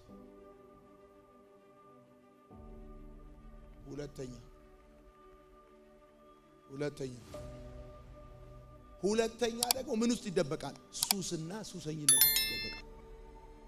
ሱስና ሱሰኝነት ውስጥ ይደበቃል። ምክንያቱም ሱስ እና ሱሰኝነት ከፍተኛ የህልም ህይወት አለው። የምኞት ህይወት አለው። ቂማው ጪሱ አብለው ሲመረቅኑ አንድ ፌሳር ብገዛ እሱ ላይ አንድ ብደገም በቀን ስንት ያመጣል? 5000። በሳምንት ስንት ይሆናል? ይሄን ያህል። በወር ስታባዛው እሺ ከወጪ ቀሪ ይሄን ያህል። ሀብታሙን ካልሆንክ ሆንኩ ይጻፋል፣ ይባዛል፣ ይደመራል። ያንን የህልም ምኞት የህልም ዓለም አክሰስ ይደረጋል። ከዛ 12 ሰዓት ላይ ለአንድ ሩብ ጉዳይ ላይ ወፍ የለም። ያ የቀኑ ሂሳብ ያ የቀኑ ማቴማቲክስ በጠቅላላ የሌላ ሰው ሂሳብ ሲደምሩ ይውላሉ። እንትና ወር ስንት ይሄን ያህል ከዛ እንደዚህ ሆነ ከወጪ ቀሪ ቻለ አልቻለም ቻለ ይባባላሉ። ሲወጡ ወፍ፣ የቤት ኪራይ ወፍ፣ የታክሲ እንኳን አይኖርም ወፍ። አንድ ልጅ እኛ ሀገር አዲስ አበባ ብድግ ብሎ ከልጆች ጋር ሄደ። ጠጥቶ ሰከረ። የት ይደር ትዝ ሲለው የዛሬ 7 ዓመት ሞቶ ለቅሶ ያልደረሰው አጎት አለው አዲስ አበባ። ጠጥቷል። ከምሽቱ 5 ሰዓት ከምናምን 6 ከምናምን ላይ እንደምንም ብሎ ታክሲ ይዞ ይዘጋል። ወይኔ ለኔ አርገው አጎቴ አልሰማውም እኮ አለ። ልጆቹ ተነሱ፣ ደነገጡ፣ ቁጭ አሉ። በቃ ይዞ 7 ዓመት ወይኔ በጠጣው ብቻ ሳይሆን ሰለው ትንሽም ጦዟል። ከዛ ያለቅሳል። ተው ቢሉት ቢያባብሉት ጭራሽ ስቅ ብሎ እና ይላል። ቢሉት እምቢ ሲል ቀጥቀጣው። ከ7 ዓመት በኋላ የረሳነውን ለቅሶ ጠጥቶ መጥቶ ይቀሰቅስብናል ብለው ትላንት ምን አልኳችሁ? የስካር አይነቶች አልኳችሁና አንደኛ የአንበሳ ስካር፣ ልክ ሲሰክር ተጣላ የሚለው ስካር አለ። ሁለተኛው የአህያ ስካር፣ አስተናጋጅ የማያሳልፍ ስካር። ሶስተኛው ስካር የበግ ስካር። ልክ ሲሰክር አጠፋው ይቅርታ ካጠፋው ይቅርታ እሺ ይቅርታ የሚለምን ስካር። አራተኛው ስካር የፍየል ስካር። ልክ ሲሰክር ሴት አምጣ ቢለው ስካር።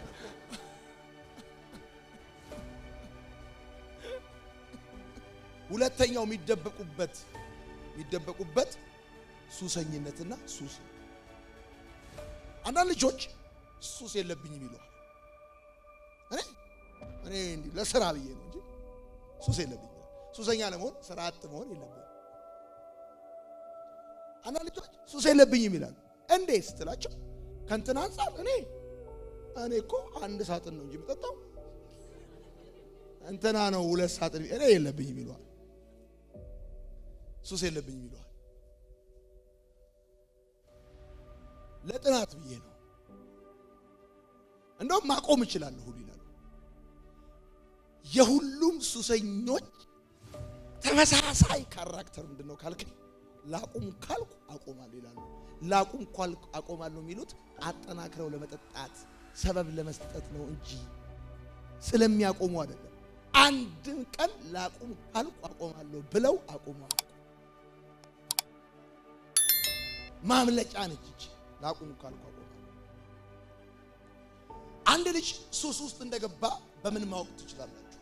አንድ ልጅ ሱስ ውስጥ እንደገባ ወደ 10 ኬዞች አሉት። ሱስ ውስጥ እንደገባ የመጀመሪያው የምግብ ፍላጎት መዛባት። አንዳንዱ ሱስ ምግብ ያስበላል፣ ሌላው ሱስ ምግብ ያስበላል። በተለይ ስትጀምር ጫት አያስበላም፣ ኮኬን ያስበላል። ሲሰነብት ሁለቱም አያስበላም። በጣም የምግብ ፍላጎት መዛባት፣ የጓደኛ ለውጥ፣ ከፍተኛ የሆነ የገንዘብ ፍላጎት፣ ይሄን ለማስታገስ ደግሞ ከፍተኛ የሆነ ፈለጣ፣ ሰበብ እየፈጠሩ በመጠየቅ ወይ በጣም ሰላምተኛ መሆን ወይ በጣም ቁጡ መሆን። አንዳንድ ሱስ አለ በጣም ሰላምተኛ ነው ሱስ።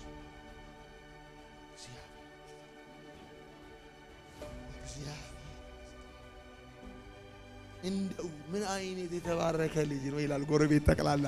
እሱ ቆጦዞ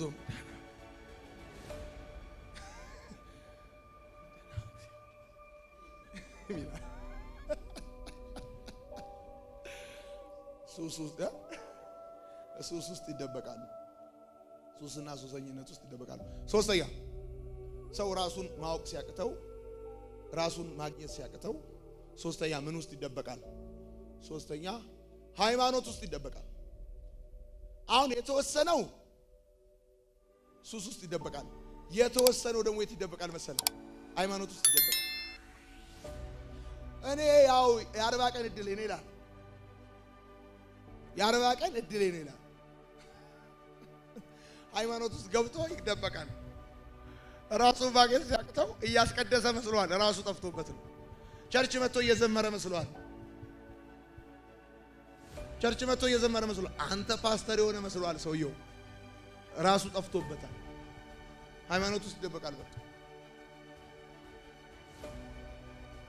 ሃይማኖት መደበቂያ አይደለም። መደበቂያ አይደለም። ሃይማኖት መደበቂያ አይደለም። ያው የእግዚአብሔር ፍቃድ ነው እንደዚህ እንዲሆን ያደረገኝ ይላል። እግዚአብሔር አልወደደም ማለት ነው ይላል። እግዚአብሔር ተንኮታክተህ እየፎከትክ እንድትኖር ነው የፈቀደው።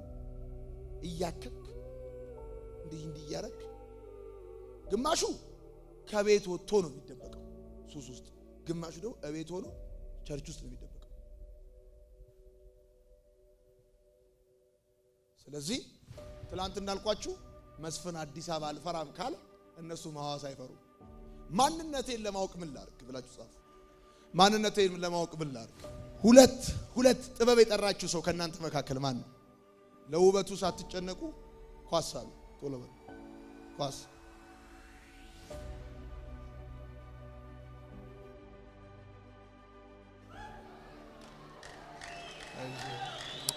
ቆይ በር ሳሉ በር ለውበቱ ብዙም ሳትጨነቁ በር ሳሉ። አሁን ለውበታችሁ ሳትጨነቁ ራሳችሁን ሳሉ።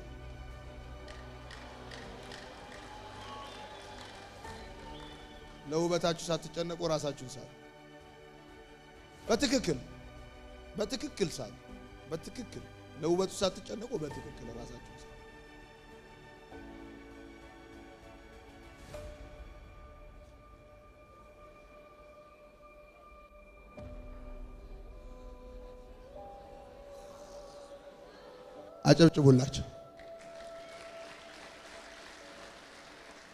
አጨብጭቡላችሁ።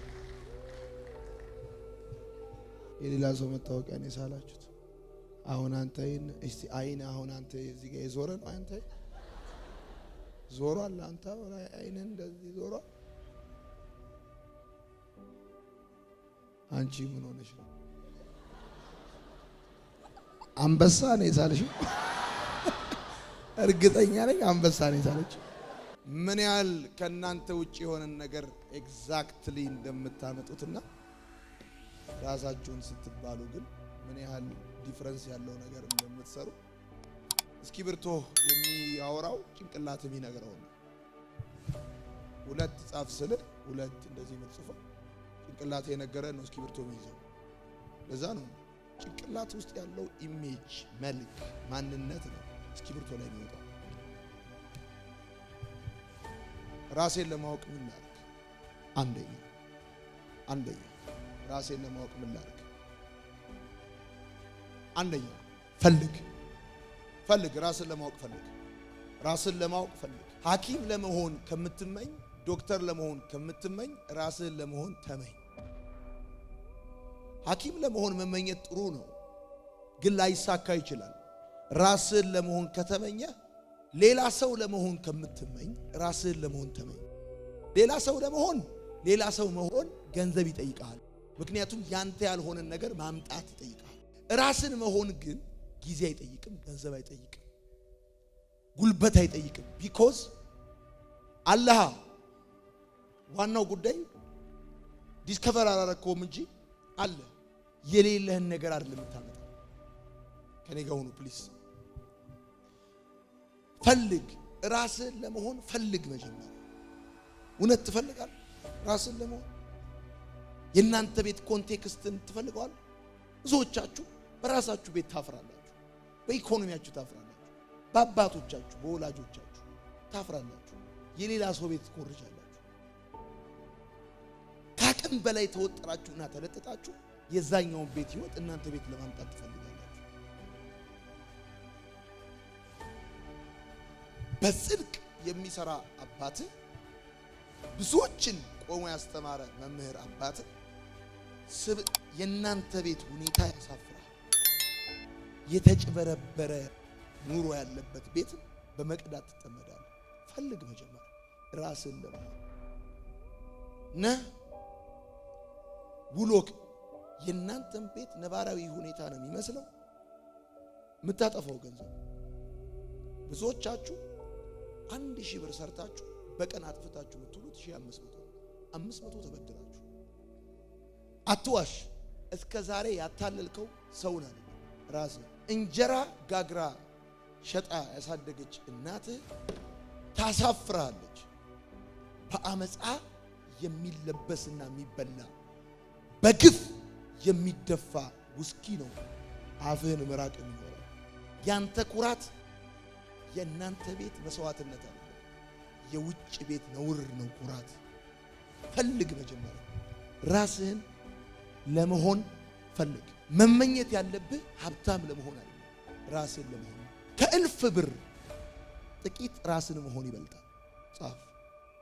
ከእልፍ ብር ጥቂት ራስን መሆን ይበልጣል። ከእልፍ ብር ጥቂት ራስን መሆን ይበልጣል። ከታዋቂነት ራስን ማወቅ ይበልጣል። ጻፍ። ከታዋቂነት ራስን ማወቅ ይበልጣል። ፈልግ መጀመሪያ ተመኝ ራስን ለመሆን። ራስን መሆን ተመኝ። ለምን መሰለ? ሌላን መሆን ገንዘብን ጉልበትንና ጊዜን ይጨርሳል፣ ይጠይቃል። ራስን መሆን ግን ምንም ነገር አይጠይቅም። ምክንያቱም የራስህ ነው። እኔ ሌላ ሰው ለመምሰል የዛኛው ሰውዬ የኔ ለማድረግ እኔ ጋር የሌሉ ሰውየው ጋር ያሉ ብዙ ጉዳዮች አሉ። እነሱን ለማምጣት ገንዘብ ያስፈልገኛል፣ ጉልበት ያስፈልገኛል፣ ጊዜ ያስፈልገኛል። ራሴን ለመሆን ግን is already naturally gifted ስለሆነ ራሴን ለመሆን ጊዜም ገንዘብም ጉልበትም አያስፈልግም።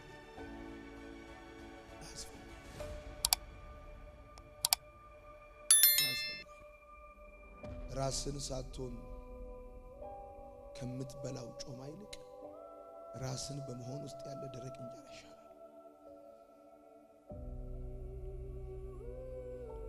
ራስን ባልሆንክበት ሃይ ኮፒ ላይፍ ይልቅ ራስን የሆንክበት፣ ራስን ካልሆንክባቸው ስኒከሮች ይልቅ ራስን የሆንክበት ስሊፐር ይሻላል። ፈልግ። መጀመሪያ ውጣ ከሰው ህይወት፣ ውጣ ከሰው አስተሳሰብ። ዳውንሎድ የተደረገብህን የሰው ሐሳብ ፎርማት አድርግ። ላይክ ላይ የተጫነውን የሰው አስተሳሰብ ፎርማት አድርግ።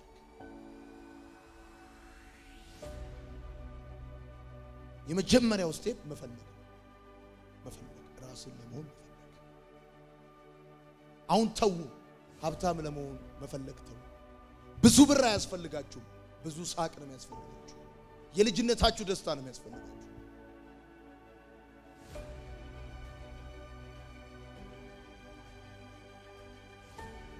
ራስን መሆን ወጪ የለበት። ራስን መሆን ክስረት የለበት። ራስን መሆን ክስረት የለበት፣ ወጪ የለበት። ገንዘብ አይጠይቀኝም ብላችሁ ጻፉ። ጉልበት አይጠይቀኝም።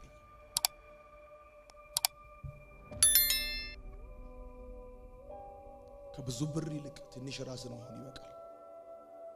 ከብዙ ብር ይልቅ ትንሽ ራስን መሆን ይበቃል።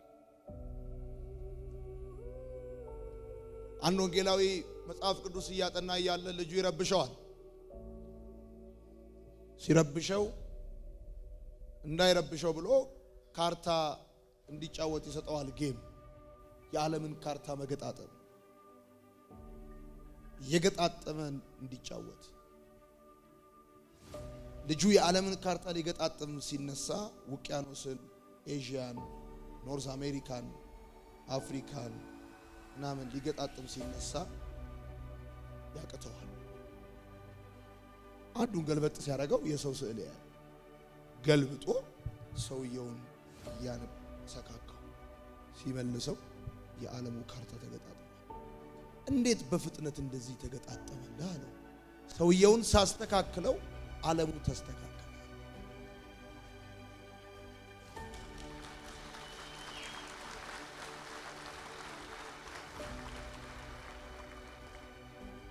አንተ ከተስተካከልክ የማይስተካከል ነገር የለም። ጻፍ። አንተ ከተስተካከልክ የማይስተካከል ነገር የለም። አሁን መስተካከል ያለበት ስራ ካደለም፣ ገቢ ካደለም መስተካከል ያለበት አንተ ነህ መስተካከል ያለበት።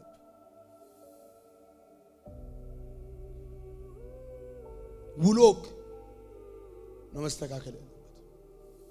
መንገድህ ነው መስተካከል ያለበት። በልብ ያለው ሐሳብ ነው መስተካከል ያለበት።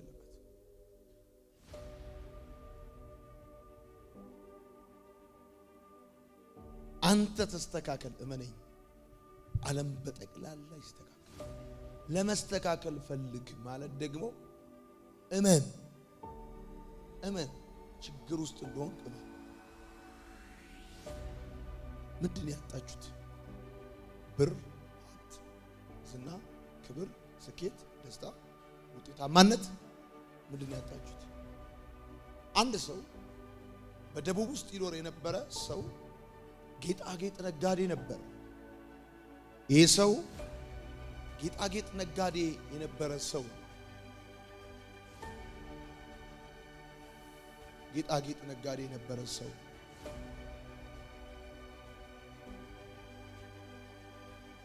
ይሄ ጌጣጌጥ ነጋዴ የነበረ ሰው ልጁን የዓመቱን ጌጣጌጥ ወደ ሰሜን ልኮ ገዝቶ እንዲያመጣለት እያደረገ ነበር የሚነግደው እና ገንዘብ ሰጥቶ ሎሌዎቹን ባሪያዎቹን አንድ ላይ አድርገው በጥንት ጊዜ ግዛናና ብሎ ላከው ወደ ሰሜን።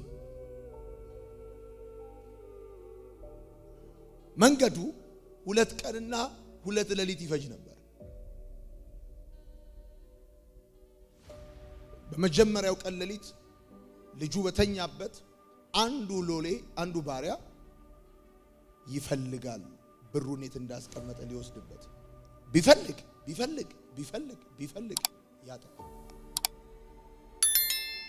ያጣው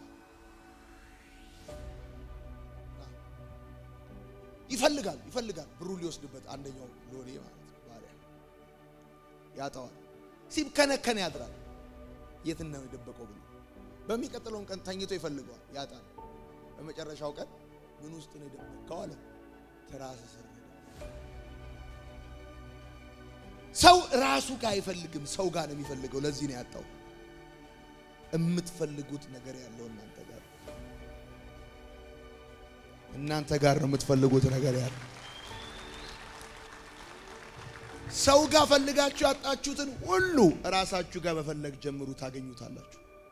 አልሰማችሁ?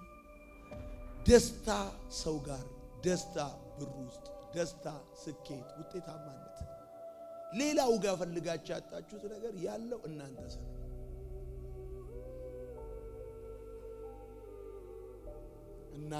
ነው። እናንተ ስር ነው ያለው። ለምሳሌ ልንገራችሁ።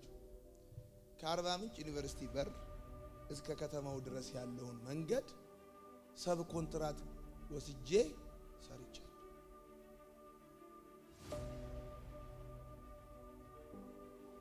ማሽነሪ ሬንታል ሰርቻለሁ። ማተሚያ ቤት ሰርቻለሁ። ኮንሰልተንሲ ሰርቻለሁ። ብዙ ስራ ሰርቻለሁ። ከብት ማደለም ሰርቻለሁ። አተላ እየገዛው የበቆሎ ዱቄትና የወፍጮ ቤት ጥራጊ እየገዛው በአህያ ጋር እየጫንኩ ሰርቻለሁ። ከዩኒቨርሲቲ ቆጣው ፈለኩት። ባለጠጎች ጋር መሆን የፈለኩት አጣሁት። አተላም ውስጥ ፈለኩት አጣሁት። ፈልጌ ያጣሁት ነገር ለካ እኔ ውስጥ ነው። ለካ እኔ ውስጥ ነው ያለው ፈልጌ ያጣሁት ነገር። መኪና ከመግዛት የአህያ ጋሪ ወደ መግዛት ወርጄ ፈለኩት። ፈልጌ ግን አጣሁት።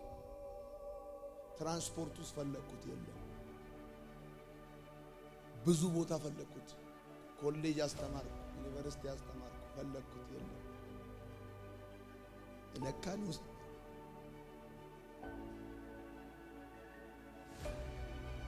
ይታያል። ላይ ፊኛ ነው ይሄ አፉፋ ፊኛ። ይሄ እሳት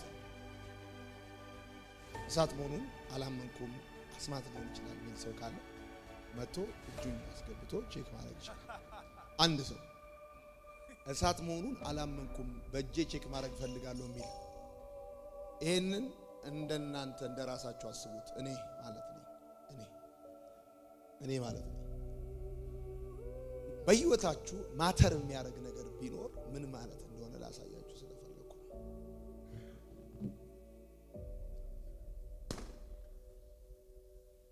እሺ ናለኩስልኝ።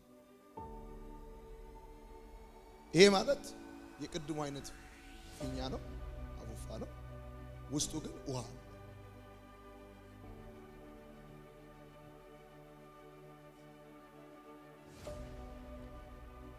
በህይወታችሁ ምንም ነገር ሊገጥማችሁ ይችላል።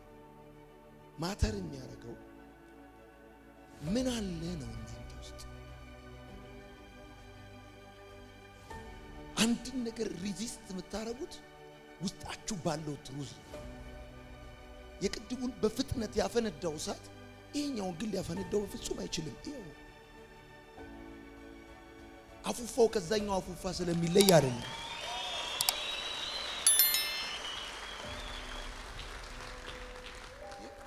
አፉፋው ከዛኛው አፉፋ ስለሚለይ አይደለም።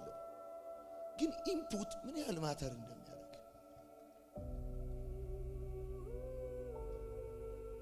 ውስጣችሁ ስላለው እናንተነት ወዳጆቼ አንዳንዶችን የሰበረ ነገር እናንተን ያልሰበራችሁ ስላልመታችሁ አይደለም። ሌሎች በቀላሉ በተቀነጠሱበት ጉዳይ ብዙዎች ብዙ ነገር ውስጥ አልፈው ቆመው የሚሄዱት የሚያቆማችሁ ውስጣችሁ ያለው ስብዕናችሁ ነው።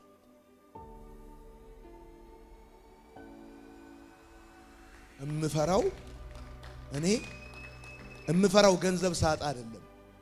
እምፈራው ወዳጅ ሳጣ አይደለም። እምፈራው ውስጤ ባዶነት ሲሰማኝ ነው።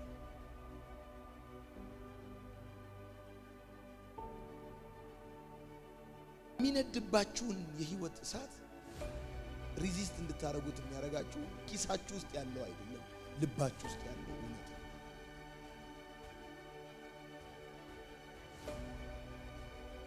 ስለ ጸጉራችሁ፣ ስለ ኪሳችሁ፣ ስለ ጫማችሁ፣ ስለ ገንዘባችሁ ሳይሆን መጨነቅ ያለባችሁ አፉፋውን በሉት ከውጭ ያለው ነገር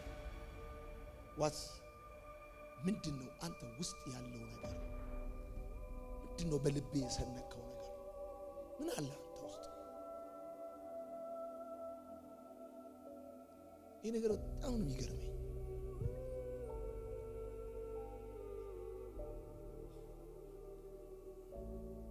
ብዙ ነገር ነዶብኝ የቆምኩት እኔ በራሴ ብርቱ ስለሆንኩ ሳይሆን ውስጤ ባለ ትሩዝ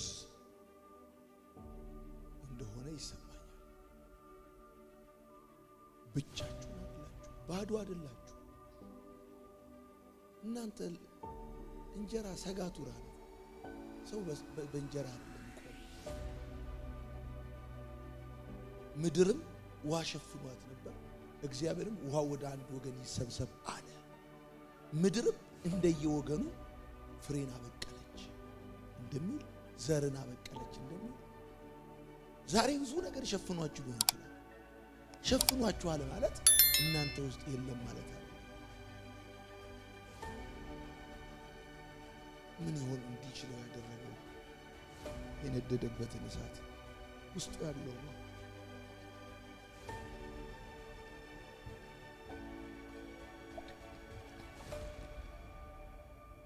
ውስጣችሁ ምንድን ነው? ራሳችሁን አግኝታችሁታል? ምን ይሰማችኋል?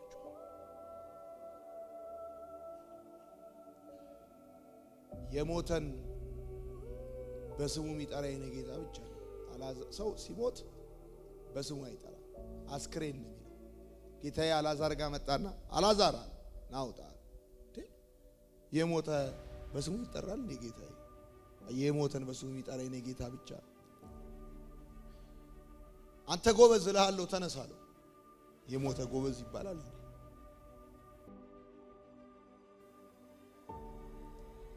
ወንድም አንተ ሬሳ ያለ፣ ቤተሰቦች አንተ ሬሳ ያሉ፣ ዛሬ ግን እግዚአብሔር አንተ ጎበዝ ይላል።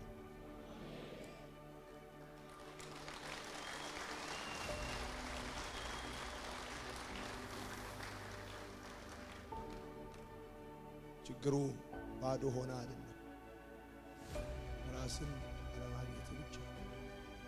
ራሴን ለማግኘት ብላችሁ ወደ እግዚአብሔር ቃል ተመልከት። ወደ እግዚአብሔር ቃል ተመልከት። የእግዚአብሔር ቃል ኃጢአተኛ ከሆንክ ኃጢአተኛ ነህ ይላል። ጻፍ። የእግዚአብሔር ቃል ኃጢአተኛ ከሆንክ ኃጢአተኛ ነህ ይላል። የእግዚአብሔር ቃል ጻድቅ ከሆንክ ጻድቅ ነህ ይላል። ማኑዋል ማለት the mind of manufacturer ማለት ነው። እግዚአብሔር ነው የፈጠረ። ስዕል ካለ ሰዓሊ አለ፣ መጽሐፍ ካለ ጸሐፊ አለ፣ አንተ ካለ ሰሪ አለ።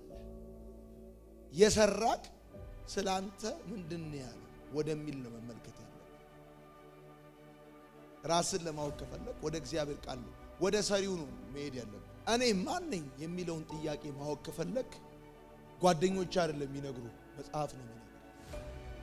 መጽሐፍ ቅዱስ እንደዚህ ይላል፣ የወደቀ ቢሆን ይነሳል፣ የሳተም ቢሆን ይመለሳል። መጽሐፍ ቅዱስ እንደዚህ ይላል፣ ዛፍ እንኳን ቢቆረጥ ስሩ እንኳን ባፈር ውስጥ ቢሞት ከውሃ ሽታ የተነሳ ሊያቆጠቁጥ ተስፋ። መጽሐፍ ተስፋ የለም አይደለም ተስፋ አለ ቢሞት ነው የሚለው ተስፋ ገና ጠዋት ነው ማለዳ ነው አልመሸም ታዲያ ሰው ምን ይላል ተስፋ የለውም ይላል መጽሐፍ ምን ይላል ተስፋ አለው ይላል ሰው ምን ይላል ወድቋል ይላል መጽሐፍ ምን ይላል የወደቀም ቢሆን ይነሳል ሰው ምን ይላል አይረባም ይላል መጽሐፍ ቅዱስ ምን ይላል የሳተም ቢሆን ይመለሳል እንኳን ሰው ዘንድሮ የወደቀ ነገር እንኳን ሪሳይክል ይደረጋል ጉዳዩ ራስህን አግኝተሃል ወይ ጓደኛችሁ ምን ይላል አይደለም ቤተሰብ ምን ይላል አይደለም the bible say ስለዚህ ማኑዋል አሁን ባለውበት ሁኔታ ሰው ምን ይለኛል ሬሳ ሰማይ ምን ይለኛል እግዚአብሔር ምን ይለኛል ሰው አልቋል ይላል እግዚአብሔር ግን ሰው ሲጨርስ እሱ ይጀምራል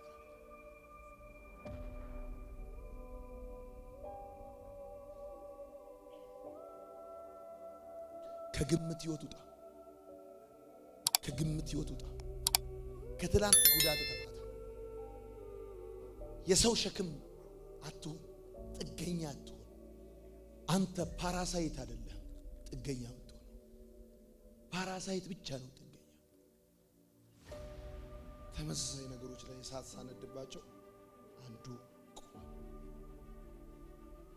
ምንም ፈተና ሊገጥም ይችላል ፈተናውን የምታልፈው በብርህ አይደለም በልብ ውስጥ ባለው እውነት ስለራስ ባለ ሰልፍ አንስታ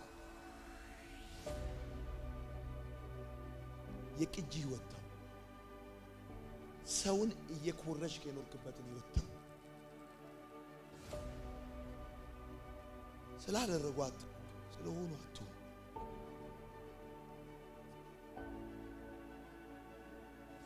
ዲብላችሁ መጽሐፍ ቅዱስ ጻድቅ ከሆነ ጻድቅ ነህ ኃጢአተኛ ከሆነ ኃጢአተኛ መጽሐፍ ቅዱስ ምን ይላል እንደዚህ ነው ኃይልን በሚሰጠው በክርስቶስ ሁሉ ይችላል ስለዚህ መጽሐፍ ቅዱስ ምን ይላል የሚለው ላይ እንዲህ ብለህ ትጽፋለህ ሁሉ ትችላለህ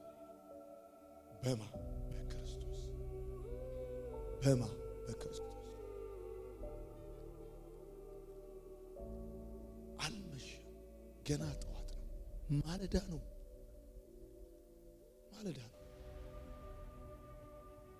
ቁጥር ለመጨመር አይደለም የተፈጠርከው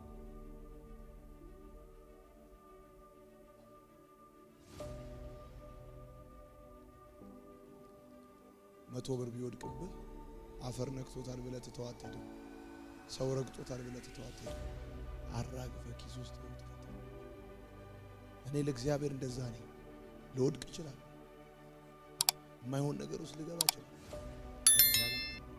ሰው ትቶኝ ሊሄድ ይችላል እግዚአብሔር ግን እኔ ውስጥ ያለው ነገር ስለሚያውቅ ትቶኛል መጽሐፍ ራስን ለማወቅ ወደ ራምፓና ወደ ኦሾ አይደለም ማየት ያለው አንድ ጊዜ ኒቼ የሚባል ፈላስፋ በእንግሊዝ ገበያዎች ውስጥ በቀን ባትሪ አብርቶ ይዞር ነበር ማንን ነው የምትፈልገው አሉት እግዚአብሔርን እየፈለኩት ነው ለምን ባገኘው ገለዋል በስንተኛው ጊዜ ሲሞት የእንግሊዝ ጋዜጠኞች እግዚአብሔር ኒቼን ገደለው ብለው ጻፉ ራስን ወደ ራምፓና ኦሾ አይታ ታገኘው ራምፓና ኦሾ ፈጣሪ አይደሉም ተፈጥረው ያንተ ትክክለኛ ማንዋል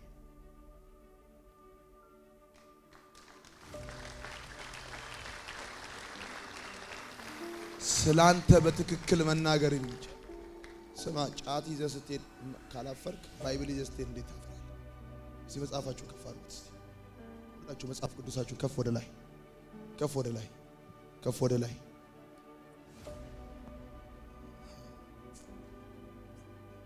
እግዚአብሔር ቃል ጨፍኑ፣ አይኖቻችሁን ከፍ አድርጉ። እኔ የምለውን ከኔ ጋር በሉ፣ ቃሉን ከፍ አድርጋችሁ ይህ በሉ፣ ይህ የህይወቴ ማኑዋል ነው። ይህ የህይወቴ ማኑዋል ነው። የማንነቴ ትርጉም የሚገኘው በዚህ ውስጥ ነው። እኔ ማን እንደሆንኩ፣ ከየት እንደመጣው፣ ወዴት እንደሚሄድ፣ ምን እንዳለኝ የሚነግረኝ ይሄ ነው። ይህ የአምላኬ ቃል ነው። ይህ የህይወት ቃል ነው። ይህ የረፍት ቃል ነው። ይህ የዘላለም ቃል ነው። ከፍ አድርጉ። እኔ በሉ እስቲ ሰይጣን የሚለኝን አይደለሁም። እኔ በሉ እስቲ ሰው የሚለኝን አይደለሁም። ሁኔታ የሚለኝን አይደለሁም። የእግዚአብሔር ቃል የሚለኝን ነኝ። የእግዚአብሔር ቃል በሉ ዕዳ ተከፍሏል። ኃጢአት ተደምስሷል። አሮጌው አልፏል። ሁሉ አዲስ ሆኗል። ሃሌሉያ!